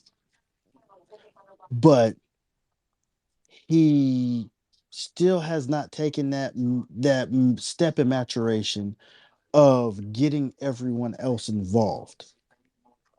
So then when he's struggling, or you tend to see in the fourth quarter, it looks like he's running out of gas and he's settling for, step back threes. And a lot of those are even being contested. He's not passing the ball because a guy missed a shot or so on and so forth. You've heard me say this a lot over the last couple of years. Your others are going to keep you in games. Your stars are going to take you over the top and win. But Luka's so concerned about his own numbers that you see the rest of the team is just kind of standing there like they've bought a ticket. So something's got to change because the rest of that team right now is demoralized. And I've been saying this. All right. Demoralized second unit, demoralized accessory players and pieces. My biggest question is why can't we see more Tyler Dorsey? That's all I'm asking. Let's go to Beerly Sports. Beerly, your thoughts? Hey, Chris, how's it going? You hear me okay? Yep, we hear you good, man. It's going well. How are you? Good. I'm good, man. Thank you. But I just wanted to get you guys your opinion or really anybody's opinion. Just what we saw from the Mavericks last year and even what we're seeing from this year, like they're playing their brand of basketball, hasn't translated to wins as much as, Mavs fans would hope so. But it seemed like last year in the playoffs when they were excelling, when they were playing better, when they looked like they had a chance to make the finals, that it was really, in my opinion, because, obviously Jalen Brunson was playing well. He was filling the stat sheets. He was scoring. But the biggest thing was he could take pressure off Luka and he could create his own shot off Luka. Jalen Brunson can come down. Luka wouldn't have to touch the ball. I mean, it's obviously smart to get Luka the ball, but he doesn't have to touch the ball in last year's playoffs. And then you get rid of him. You don't pay him. You bring in Christian Wood, which was, I think, a little bit kind of blown out of proportion. And then, in order to get Christian Wood going, Luka's got to be playmaking. He's got to have the ball in his hands. So it seems like Luka can be, like you said, first in all of these very relevant statistics. I wouldn't say he's stat padding, but it just seems like in order to get anyone on that team going, it's got to come through Luka first. And I don't personally see a guy like Spencer Dinwiddie having the effect and the playoff rising like Jalen Brunson did last year. So that's my opinion. I wanna know if people agree with me, even you, Chris, disagree with me about how Jalen Brunson turned into Christian Wood, and that's not, even close to the same kind of thing. I don't see them sniffing the Western Conference Finals this year. Yeah, I don't see them going to the Western Conference Finals this year unless they're able to get a third ball handler and figure out how to play better team defense. Um the turning of Jalen Brunson into Christian Wood doesn't really work. Like people, you lost one player, you bring another player in, but they play two different positions and have vastly different responsibilities. And then I'd said this before in this show, and I've said this on 77 Spaces, which you can catch an hour before every Mavs game. This week, help out and hook up with Jose on Spaces during 77 Spaces. As Rolo's out on vacation, he and Jazz will hold it down. They thought they were going to win early with Luka. They looked at Luka as an experienced pro coming over from the second most competitive league in the world. And I think Mark Cuban and Nelson sat and said, we're smarter than everybody. We are going to get these complementary players, and we're going to show them that Luka is ready to win now. And then, much like Atlanta, going to the Western Conference Finals last season hurt because it put forth expectations on the Dallas Mavericks that if you looked at their roster compared to the moves that everybody else made, there were clear and obvious holes. The main one, they don't have a backup point guard. They went into the offseason knowing they needed a backup point guard. And instead of getting a backup point guard, they picked up Faku with like 2 days left before the end of training camp. Like we're 20 games in, and they're getting rid of the guy they signed last minute to be their backup point guard to bring in Kemba Walker, who the last time we saw, like we were like, ugh. So like that should tell you how down bad the Mavs are.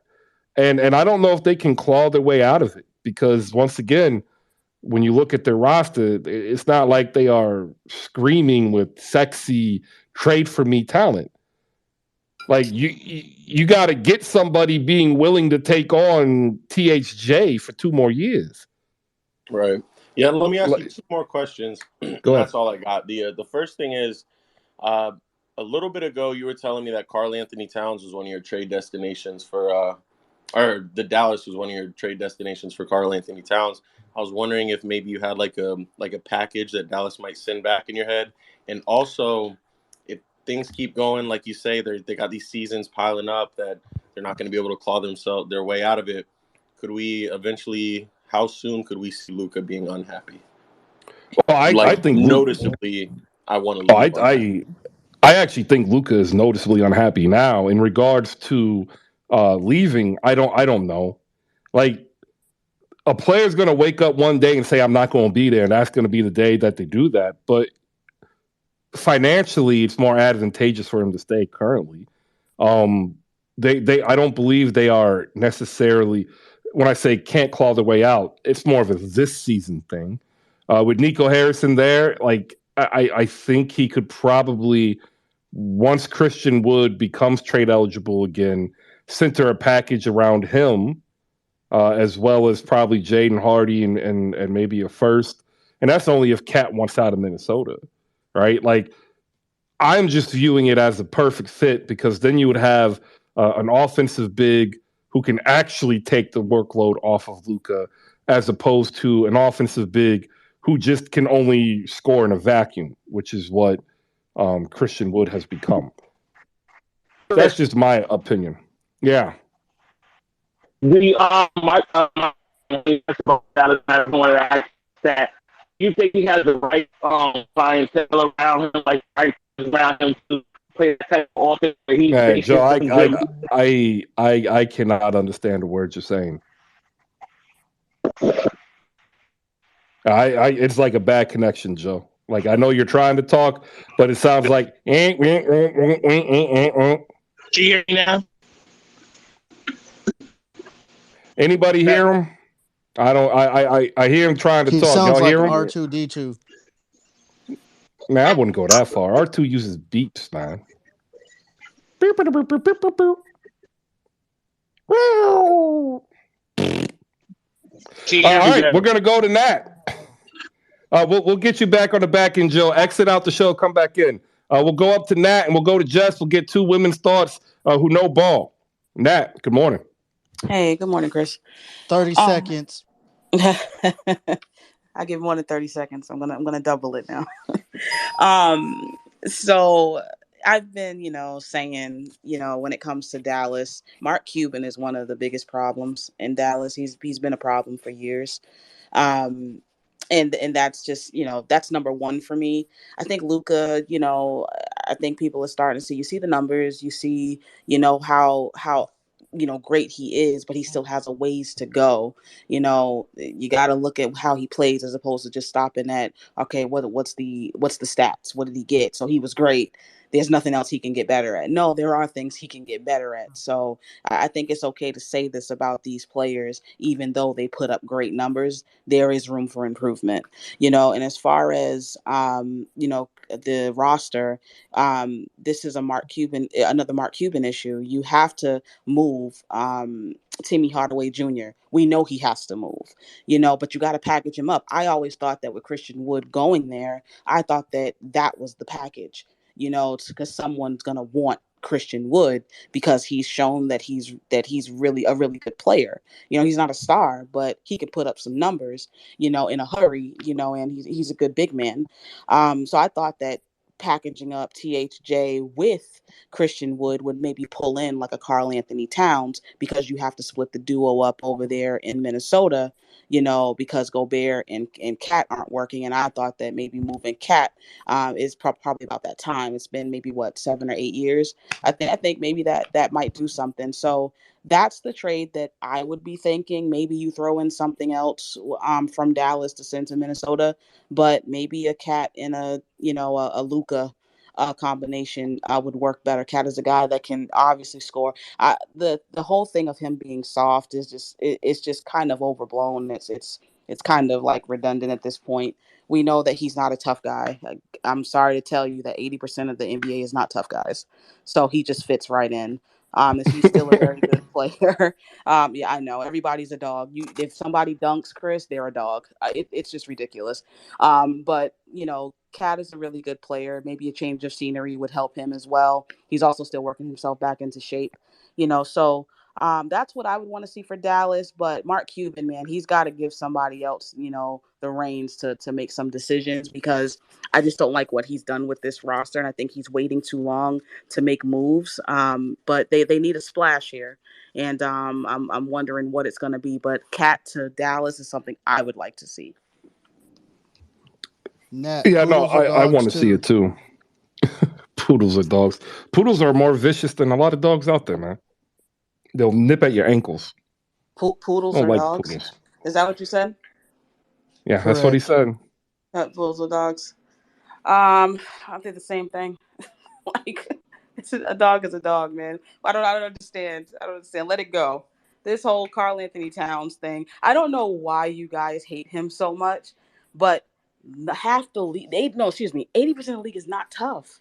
Like, even the guys that you think are tough guys, they're not. I promise you. They just do this mean grill and they dunk really hard, and then you think, oh, he's a dog. That's how I know you don't know what a dog is. Nat, So I just will just say for go me, ahead. it's not the scowl on the face and you doing the imitation of I'm Shaq sure. walking down. No, like for me, I loathe the fact that people fall in love with potential, and at some point potential has to come to fruition. And But for me, Napoleon, that doesn't make sense to me when talking about Karl Anthony Towns, because he's shown that he's one of the best scoring big men in this league, and we could say all time, but people lose their minds when you say that, because then they think that you're saying he's top 10. No, that's not what I'm saying. He can score in a variety of ways. He's a pretty decent rebounder. He can give you 9 to 10 rebounds. There are things that he can do that does not have to do with him yes, being a dog. It's disingenuous to say that just because he does not do the vicious things of like centers do, that you cannot use him. That doesn't matter to me. He's It's still a because very he's not a talented guy. center. It's not about like what's his potential. What he does right today can help a team. Yeah.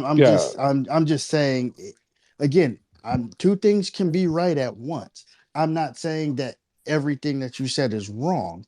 What I'm saying, for me, if I'm going to put you as that, since we're going with the dog theme, the lead dog, the pack doesn't follow him. That's my issue with him. He may show a flash here and people get excited, but he has not consistently shown he can be the lead dog. That's my issue with him. All right, let me get Jess in here. Then we've got 6 of the 12, Jay the Wakandan and Bibbs. We're at 12:55, almost getting ready to close out the show. Want to give a shout out to Josh Rodriguez, ladies and gentlemen, host of the Dime NBA over on the Ballers Life Network. If you like basketball talk, remember, it doesn't stop here.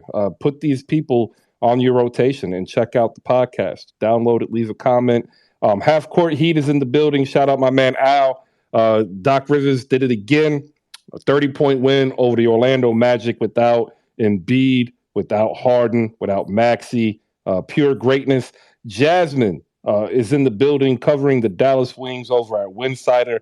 Harper XX Writes is her handle. All these people I'm shouting out are great follows here on the timeline, talking all things basketball, men's and women's. We'll get into the WNBA once we get closer to the draft.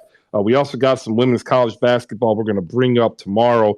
I was going to try to do some today, but there's just so much in regards to getting caught up with. I do want to give a shout out to the Lady Hawkeyes of Iowa as they attempted to take down the evil empire that is the UConn women's team. They did not succeed, but our thoughts and our thankful wishes of your attempts are with you. Maybe next time. Jay the Wakandan after Jess. Jess, good morning. Good morning. Good morning. Yeah, Chris, first and foremost, you kicked off the Dallas Mavericks conversation, and I'm not gonna let you get away with the hilarious shade that you threw at one Spencer Crypto Coin Dinwiddie, because that was hilarious. You said Spencer Dinwiddie plays for the Dallas Mavericks. That was super hilarious. After calling out, Luca and Dorian Finney and Christian Wood, like that was shout out to you. I laughed in my kitchen. That was funny. Thank you. But the thing that's funny to me is I always see, the Dallas Mavericks as the yin and the yang to what the Raptors do, right? Like I see them as, at least they were supposed to be, this elite offensive team, right? With the Raptors being the elite defensive team on the other end. And anytime we face each other, it's kind of like, okay, the battle of two different game perspectives, right? Or game approaches. And it's interesting because only the Dallas Mavericks could turn to me what was one of the biggest fleeces in the offseason for Christian Wood. And I guess really just fumble it, right? Because you trade a number of role players for a guy that can get you 20 and 10 in his sleep. And because Jason Kidd maybe doesn't like him, because of ego, because of stubbornness, he's not playing next to Luka, right? Like the Dallas Mavericks don't get an opportunity to put the best starting five on the floor. And it felt like I was talking to some Mavs fans over the past couple of days because of what the Raptors did, beat up to their team. But anyways, we move. And it was just interesting because it felt like the head office already kind of tied their hands behind their back, right? By making that trade for Christian Wood, but then getting rid of Jalen Brunson and then promising JaVale McGee the starting spot randomly and for no reason. And so right then and there, you kind of get a sense for what the pitfalls were going to be for the Mavericks. And like Nat was saying, yeah, Mark Cuban, I don't know if it's like if he's trying to save money, if he's being cheap on certain things, if he's being stubborn about certain things, because from the rotations to the player management to the staff who wipe down the floors of that stadium, it's just been cheap, right? Like first Pascal slips on that floor, and then I think THJ also slipped, and then another player also almost like hurt his groin, like just running around sweaty floors that staff refused to wipe out there in Dallas. I don't know what's going on over there. But to me, that seems to be the major issue. It seems to be a battle of wills. And unfortunately, if this goes on for another year or two, we're going to have to start having the conversation about wasting, one of the greatest NBA talents to ever play the game in Luka Doncic. And, I'll land my plane here. Like, it seems like the Mavs are down so bad, or at least the fan base are down so bad, that now they're clamoring for, like, not only do they want OG Anunoby, but they want like Jeffrey Downton Jr. They want some of our 905 guys. Like there's apparently this thing of Dallas Mavericks fans lusting over Raptors players. And I did see in a presser Luka, talking about how awesome OG was and how great of a guy he is, and how he's never been mean to anybody. He loves OG style. He loves his game. He was just singing OG's praises. And there is a way that the two of them can play together. It just, it just ends with Luka coming to Oh, Toronto. this is So if they nasty. want to play together, they can play together. He just has to come to the north side. I'll just land my plane right there. Nasty. Amon, what do you think? Luka to Toronto. Nasty Why not? propaganda. Why not? Why not? I'm down. I'm down. I like you're that. you're being wasted in Dallas. Why not come over? Let's free Luka, right? Iman, do we need to free Luka? Does Hashtag Masai free and Luka. Bobby need to free Luka Doncic? The Raptors learned early on Americans can't get them. So non-Americans, we're coming after all of you guys. You know The what? only person I can see Luka playing with because of comments that he's made in the past, even this other person, is Joker. I know we don't want it. We don't want to see it, but they want to play together, and it will happen. I don't know if it'll happen in Dallas or Denver, but they will play together. There's actually a couple other players that he said that he would want to play with too. He just hasn't really said it in American media. One of them, Steph Curry. Just throwing that out there. We'll go to Jay. Say what? No, I said I don't see that. I don't see how that happens. Oh, I don't see how it happens either. I'm just saying there's other people. Go ahead, Iman. I know you got something. I want to get Jay the Wakandan in here. We got Waj, and we'll close out with Bibbs Corner, half of the Dallas Mavs Outsiders podcast. No, it's cool. I held the mic for long enough. I'm gonna listen. Okay. All right. Jay the Wakandan, your thoughts on what the hell's wrong with Dallas? Their issues, believe it or not, aren't really defensive. They're top 10 in turnovers forced. They allow the least amount of threes, and they're middle of the pack in free throw attempts given up and 2-point field goal percentage.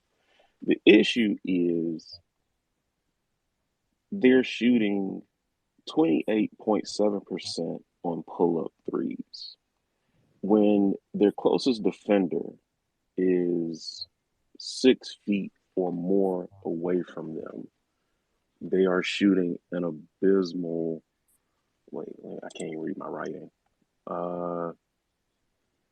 They're shooting 37.9. You can tell that you're an engineer. Like, yes, I've never met an engineer with good handwriting.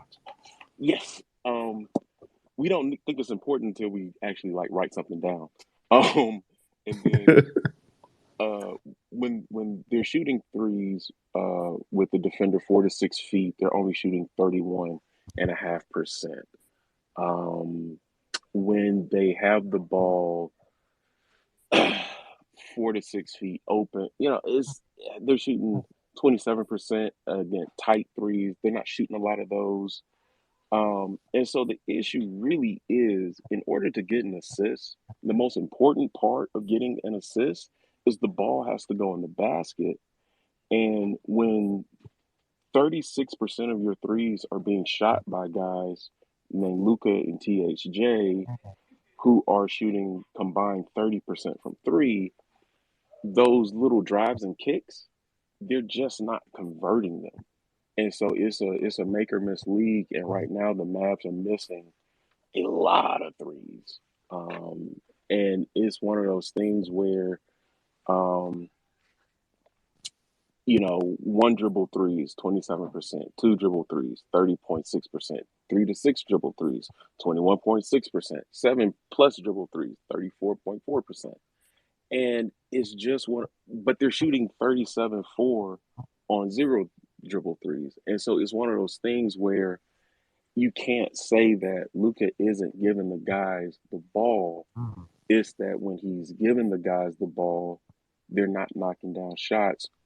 And then when Luka is on the recipient end of the catch and shoots, when Luka's recipient end of the whatever, he's not knocking them down, and Tim Hardaway Jr. is not knocking them down. And so I think if the Mavs, specifically Luka and THJ, start making threes, and Christian Wood needs to get more burn, they'll be a better team because the defense is fine. Like, but the reason why they're 28th in the league in assists is because they're not hitting their threes. And the other thing is, as great as they are at drawing fouls, they're drawing 25 a game, which is fourth in the league. They're only hitting 73% of their free throws. So they're not doing the two things that analytical basketball wants you to do, which is nail your threes, nail your free throws. And that's the real issue. Because they're not even turning the ball over. Like, they're first in turnover. They only turn the ball over 12.8 times a game. So the Right. Dallas I Mavericks think in one sense, are fine, but in another sense, they're not because their star isn't being efficient, and their second option, if you want to call THJ that, isn't efficient as well. And so it's just a lot. It's just a lot of bricks being thrown up in Dallas, man. A lot I of think bricks. you tend to have low turnovers when you can't really pass the ball as a team, and See, when I watch them, they when can't really pass the ball as a team. when I watch the Mavs, I think I see, like, Golden State plays with this rule where, like, everybody touches it once unless one of the guys are on, like, a bender, right? We watch the Raptors play, one of the rules is unless Scotty has a matchup he likes, everybody touches the ball. I think the Mavs pass the ball with the intention of getting it to Luka. So in one set is two passes, and one another set is one pass, and another set he don't pass because Luka already got the ball. And it's just a pick and roll. And I think when you do that sort of offense, I think the team talent wise can pass. I don't think it's a principle that has been applied to the team that we pass the ball until X amount of seconds in the shot clock, or we're going to run through X amount of actions, then the shot goes up. It's very helter skelter. Um, it's very matchup to matchup, team by team, the way the Mavericks play. And I think that's why their their consistent inconsistency has been so maddening for Dallas fans. And I I had an early copyright on Free Luca, so somebody owes me a quarter. Dude, some of these Mavs fans are not happy with the free Luca tweet. We're going to close the show with Bibbs. I want to make sure Waj is up here and he's able to get his say. Waj, keep it 60. Thanks, Chris. It's been a minute, but good to be back on. As a Mavs fan, I'm trying to stay calm and not panic. We're getting to the point though where something is starting to stink. Personally, I believe that they didn't address Brunson leaving.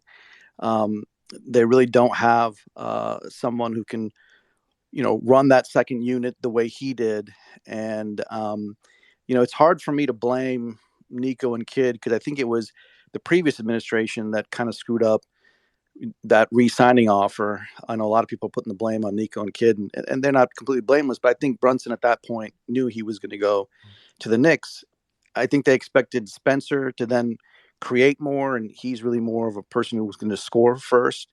And I think Jay nailed it in that they're just not hitting their shots. Last year, when they made the run to the Western Conference Finals, the ball would move around, and it wasn't just all right, pass it to Luka and watch Luka. And that's what this team's doing right now. They're just passing the ball around and giving it to Luka, and Luka's been bailing them out. And of course, you can only take that so far. We saw what happened with Kobe at the end of his career. I think kind of the same thing. The McGee signings, it's just a lot of scratching my head, and I'm trying to not to panic because last season they were a mess going into the new year and they turned it around, but Reggie looks lost, and I think as Nat was saying, I think that they have to make a move now. I think with Hardaway Jr., maybe with Wood. I like Wood though. I don't know why kid's not giving him more playing time. But I'm trying not to panic. I'm trying to stay calm. And, it's hard sometimes when you're a ticket holder and you're going to the games and watching some of these games. It's frustrating. But, I like Kid. I like Nico. I'm willing to give them a little more time, see what they do. I don't hate the transaction they made today. I've always had a soft spot for Kimba. Maybe he can come in, run the second unit, give Luka some rest. So I'm willing to give this team a little more time before just blowing it up. All right, I could tell you exactly why Christian Wood isn't starting, and all you have to do is go look where every other place Christian Wood has played basketball. Like it's true. So it's not a knock against them. Some players are better bench players than starters. Yeah. And I think he kind of falls more into that category. We're going to close the show with a diehard Mavs fan, a Mavs fan so diehard of Mavs fandom that he had to create a podcast because, like, current Mavs fans who are within the Dallas Metroplex area, they get these blinders on. And for a long time, there was darkness because all they could see was what was in front of them.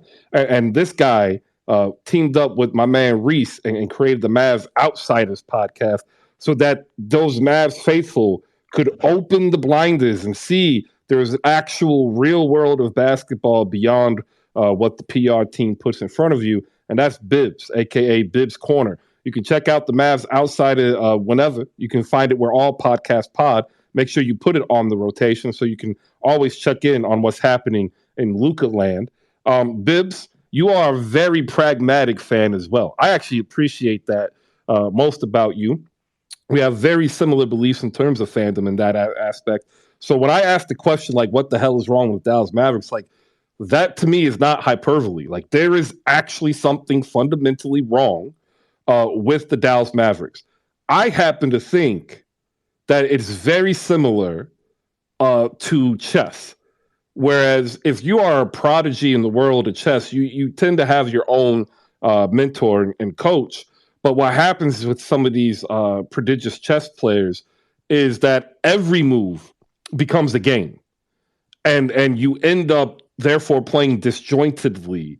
And although you might individually have phenomenal performances, which within each individual move, that being said, oh, that move was perfect, it was great, the totality of the game is completely missed on because they're focusing so much on each one move individually. That's what I see with Jason Kidd and Luka Doncic. And I am thinking Jason Kidd is enabling the worst side of Luka.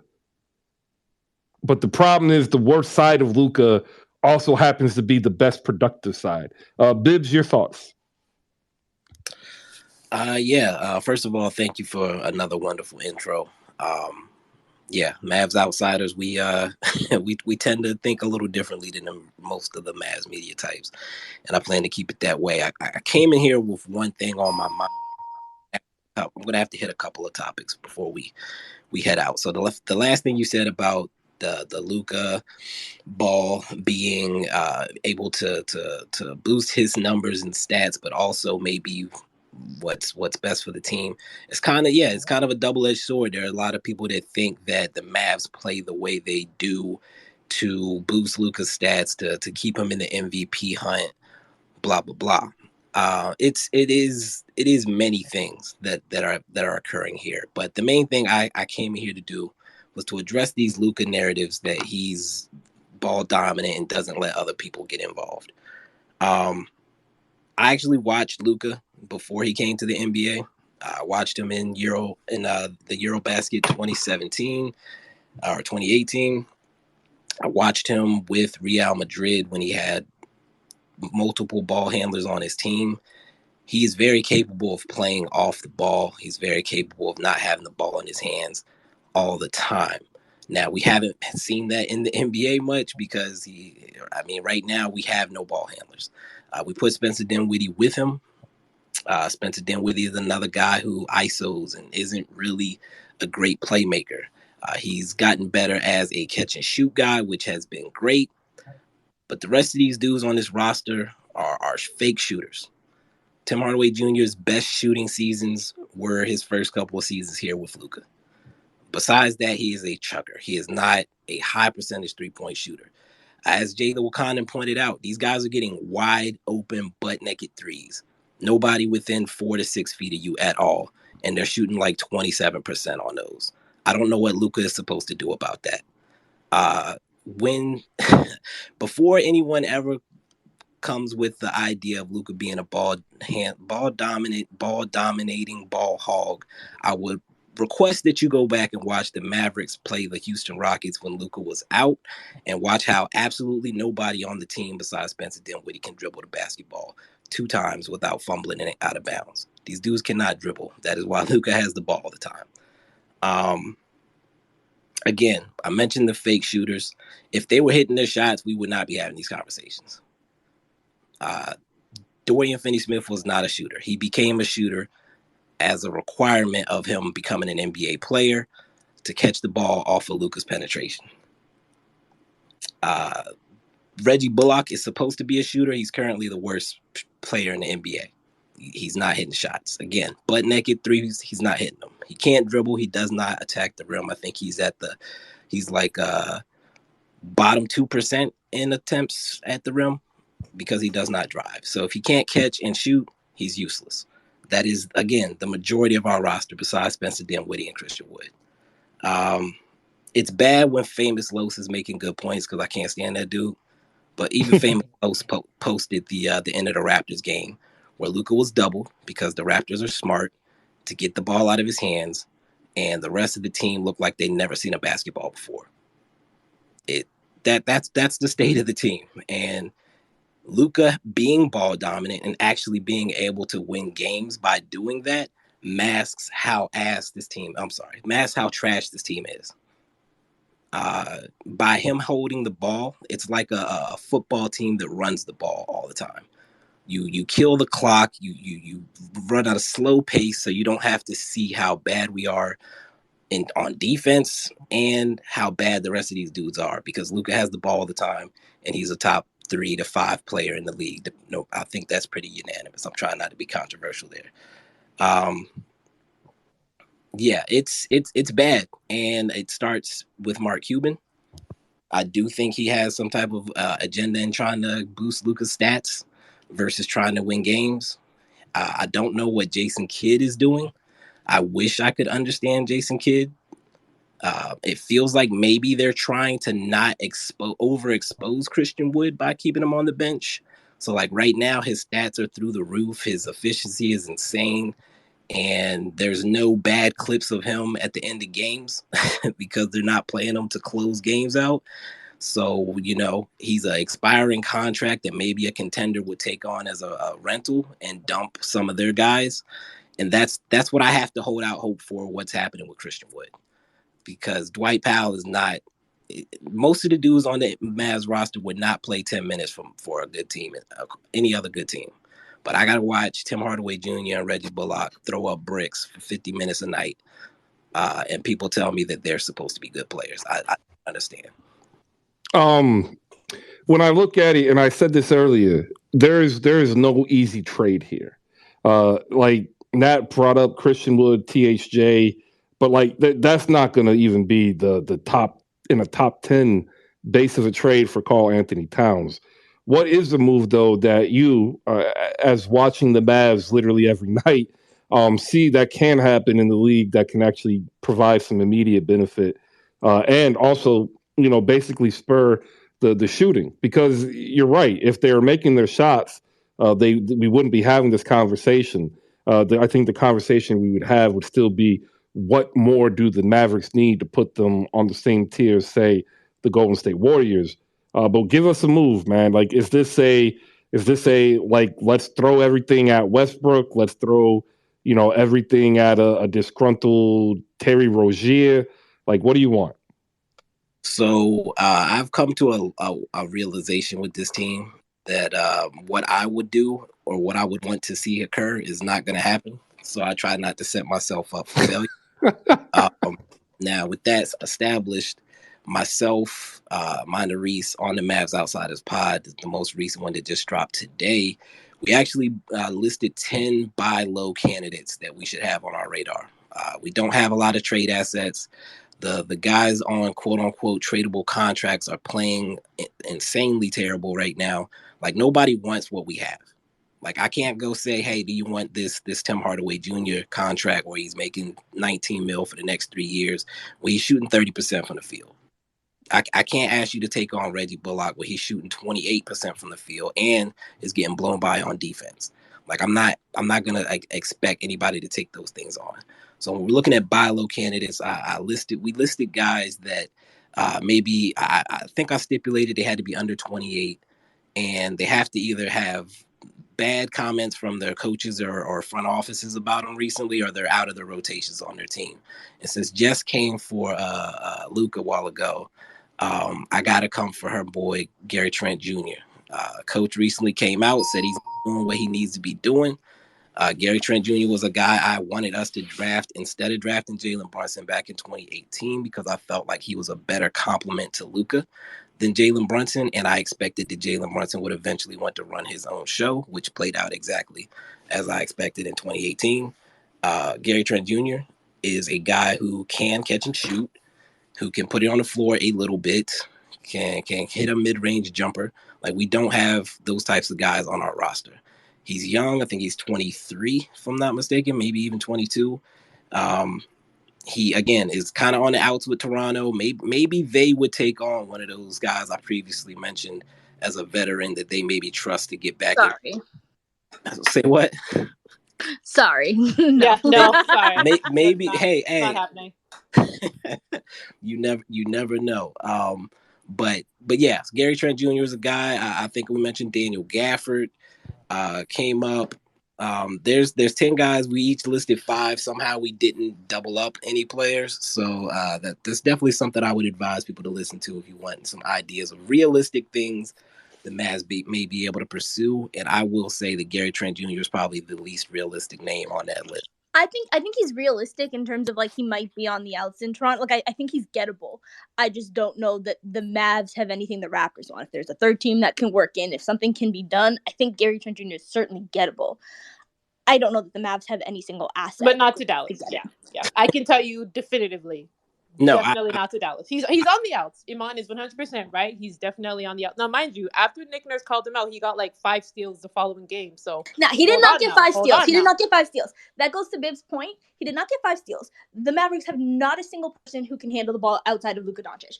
He was lucked into, like, I would say the vast majority of them is a bad pass that was made, and Gary Trent Jr. happened to be the closest person in his vicinity. They're not a team that can move the ball very well because they don't have very many people who can do it, because they decided to give up Jalen Brunson for absolutely nothing and just let him walk. But to me, it's just the Mavs are the issue. Gary Trent Jr. still is on the outs in Toronto, and until he can fix his shot, which I think is fine. I don't think he's going to be on the outs forever. I think he'll be fine, and he'll be bounce back, and I think he's gettable for you guys. I've seen a lot of Dallas Mavericks fans say, "Oh, Anunoby, he is not gettable for you guys." But Gary Trent Jr. most definitely is. I just don't know that that the Mavs have anything. You have to work a 3-team deal to make that happen. I just want to say one thing really quickly. Someone said something about Scottie being sort of the person, if he doesn't find something, then the Raptors kind of go elsewhere. Scottie Barnes is not the number 1, number 2, number 3, or number 4 option on the Toronto Raptors team. He is 5th in usage in terms of the starters, so 5 out of 5 there. He is a great player, but he's still in his second year. He is not the guy for the Raptors, and it's a long time before he will be. All right. Shout out the potential future, more than likely to happen, Jordan Clarkson, the Dallas Mavericks trade. I can see that happening sometime in the next couple of months. Jay, 30 seconds. Yeah, I want to jump back to Matt talking about Cat and not being tough. It's not that we want Cat snarling or anything. It's that we want Cat to do what he can do in this league and the way the league is called, and that's average 15 free throws a game.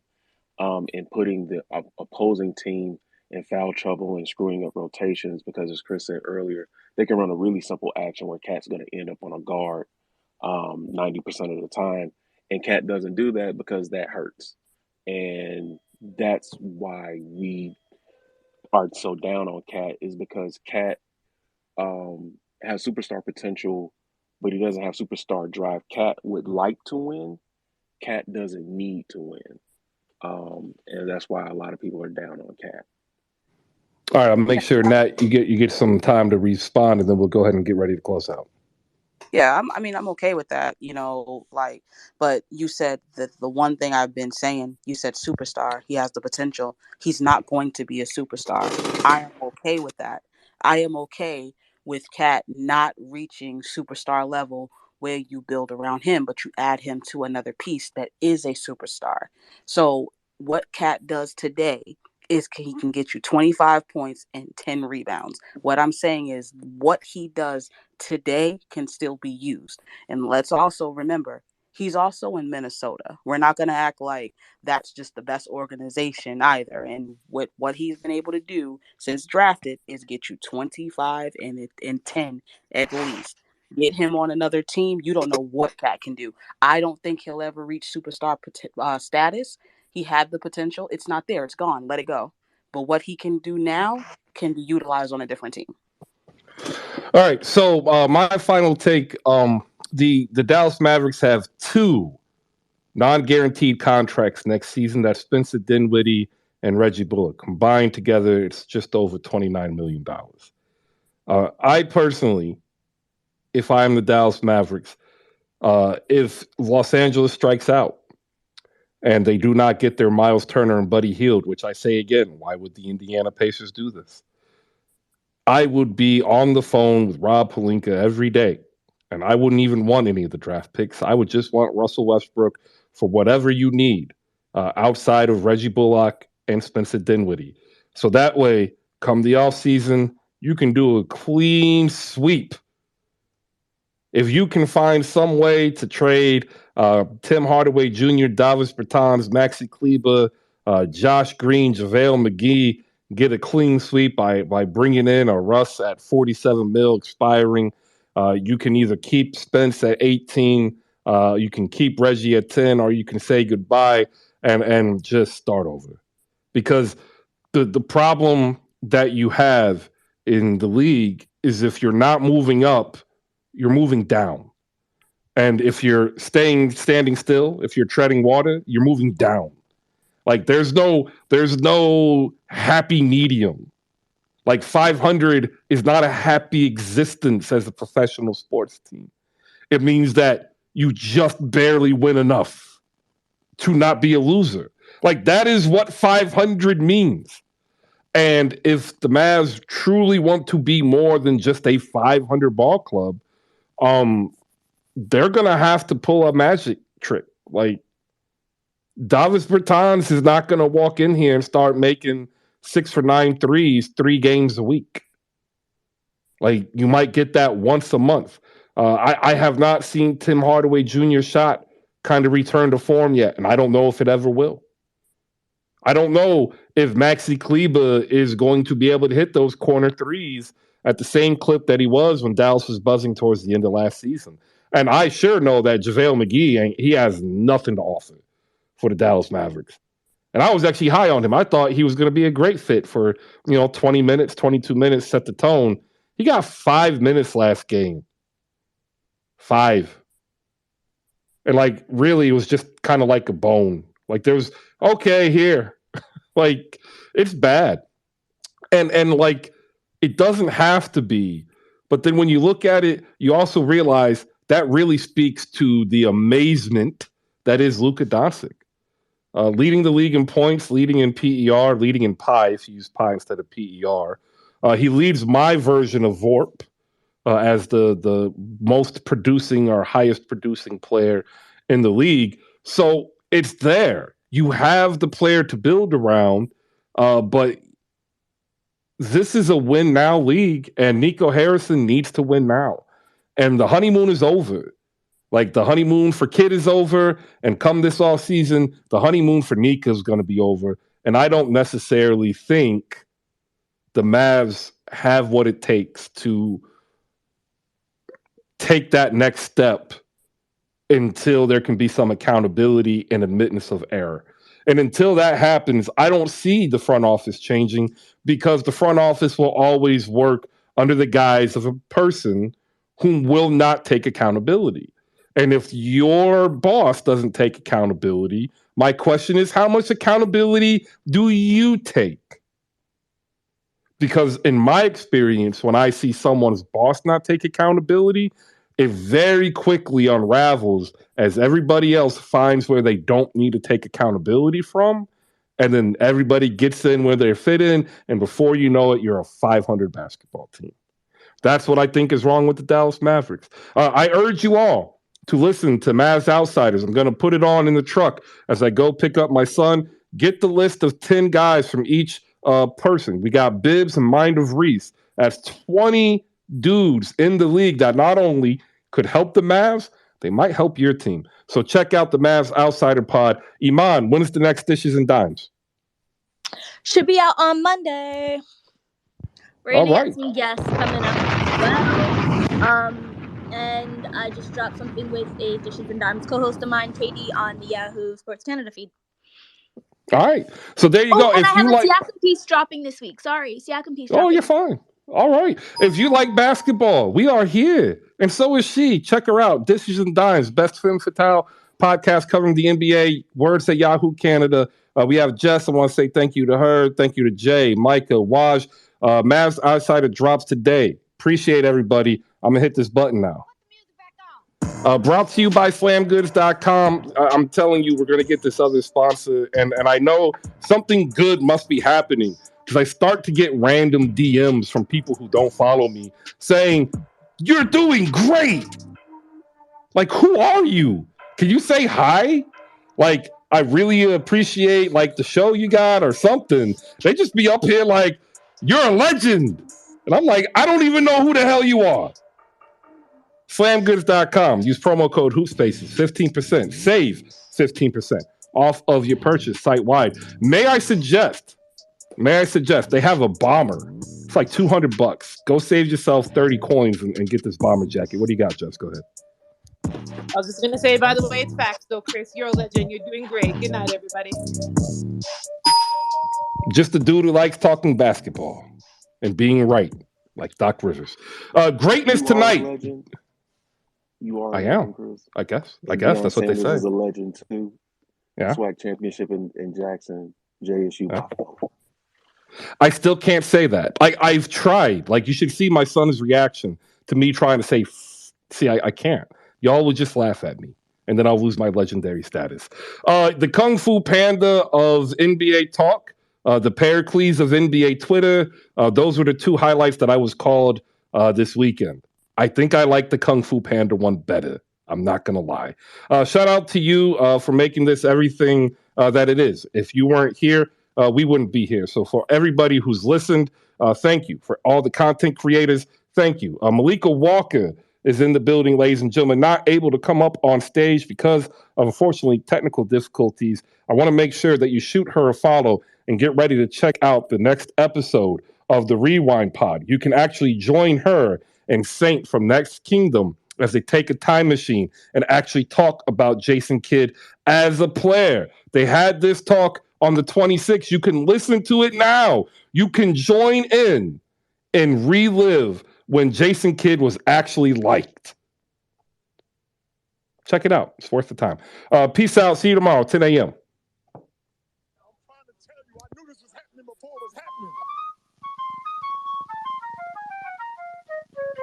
But I already knew what was coming. Greatness tonight.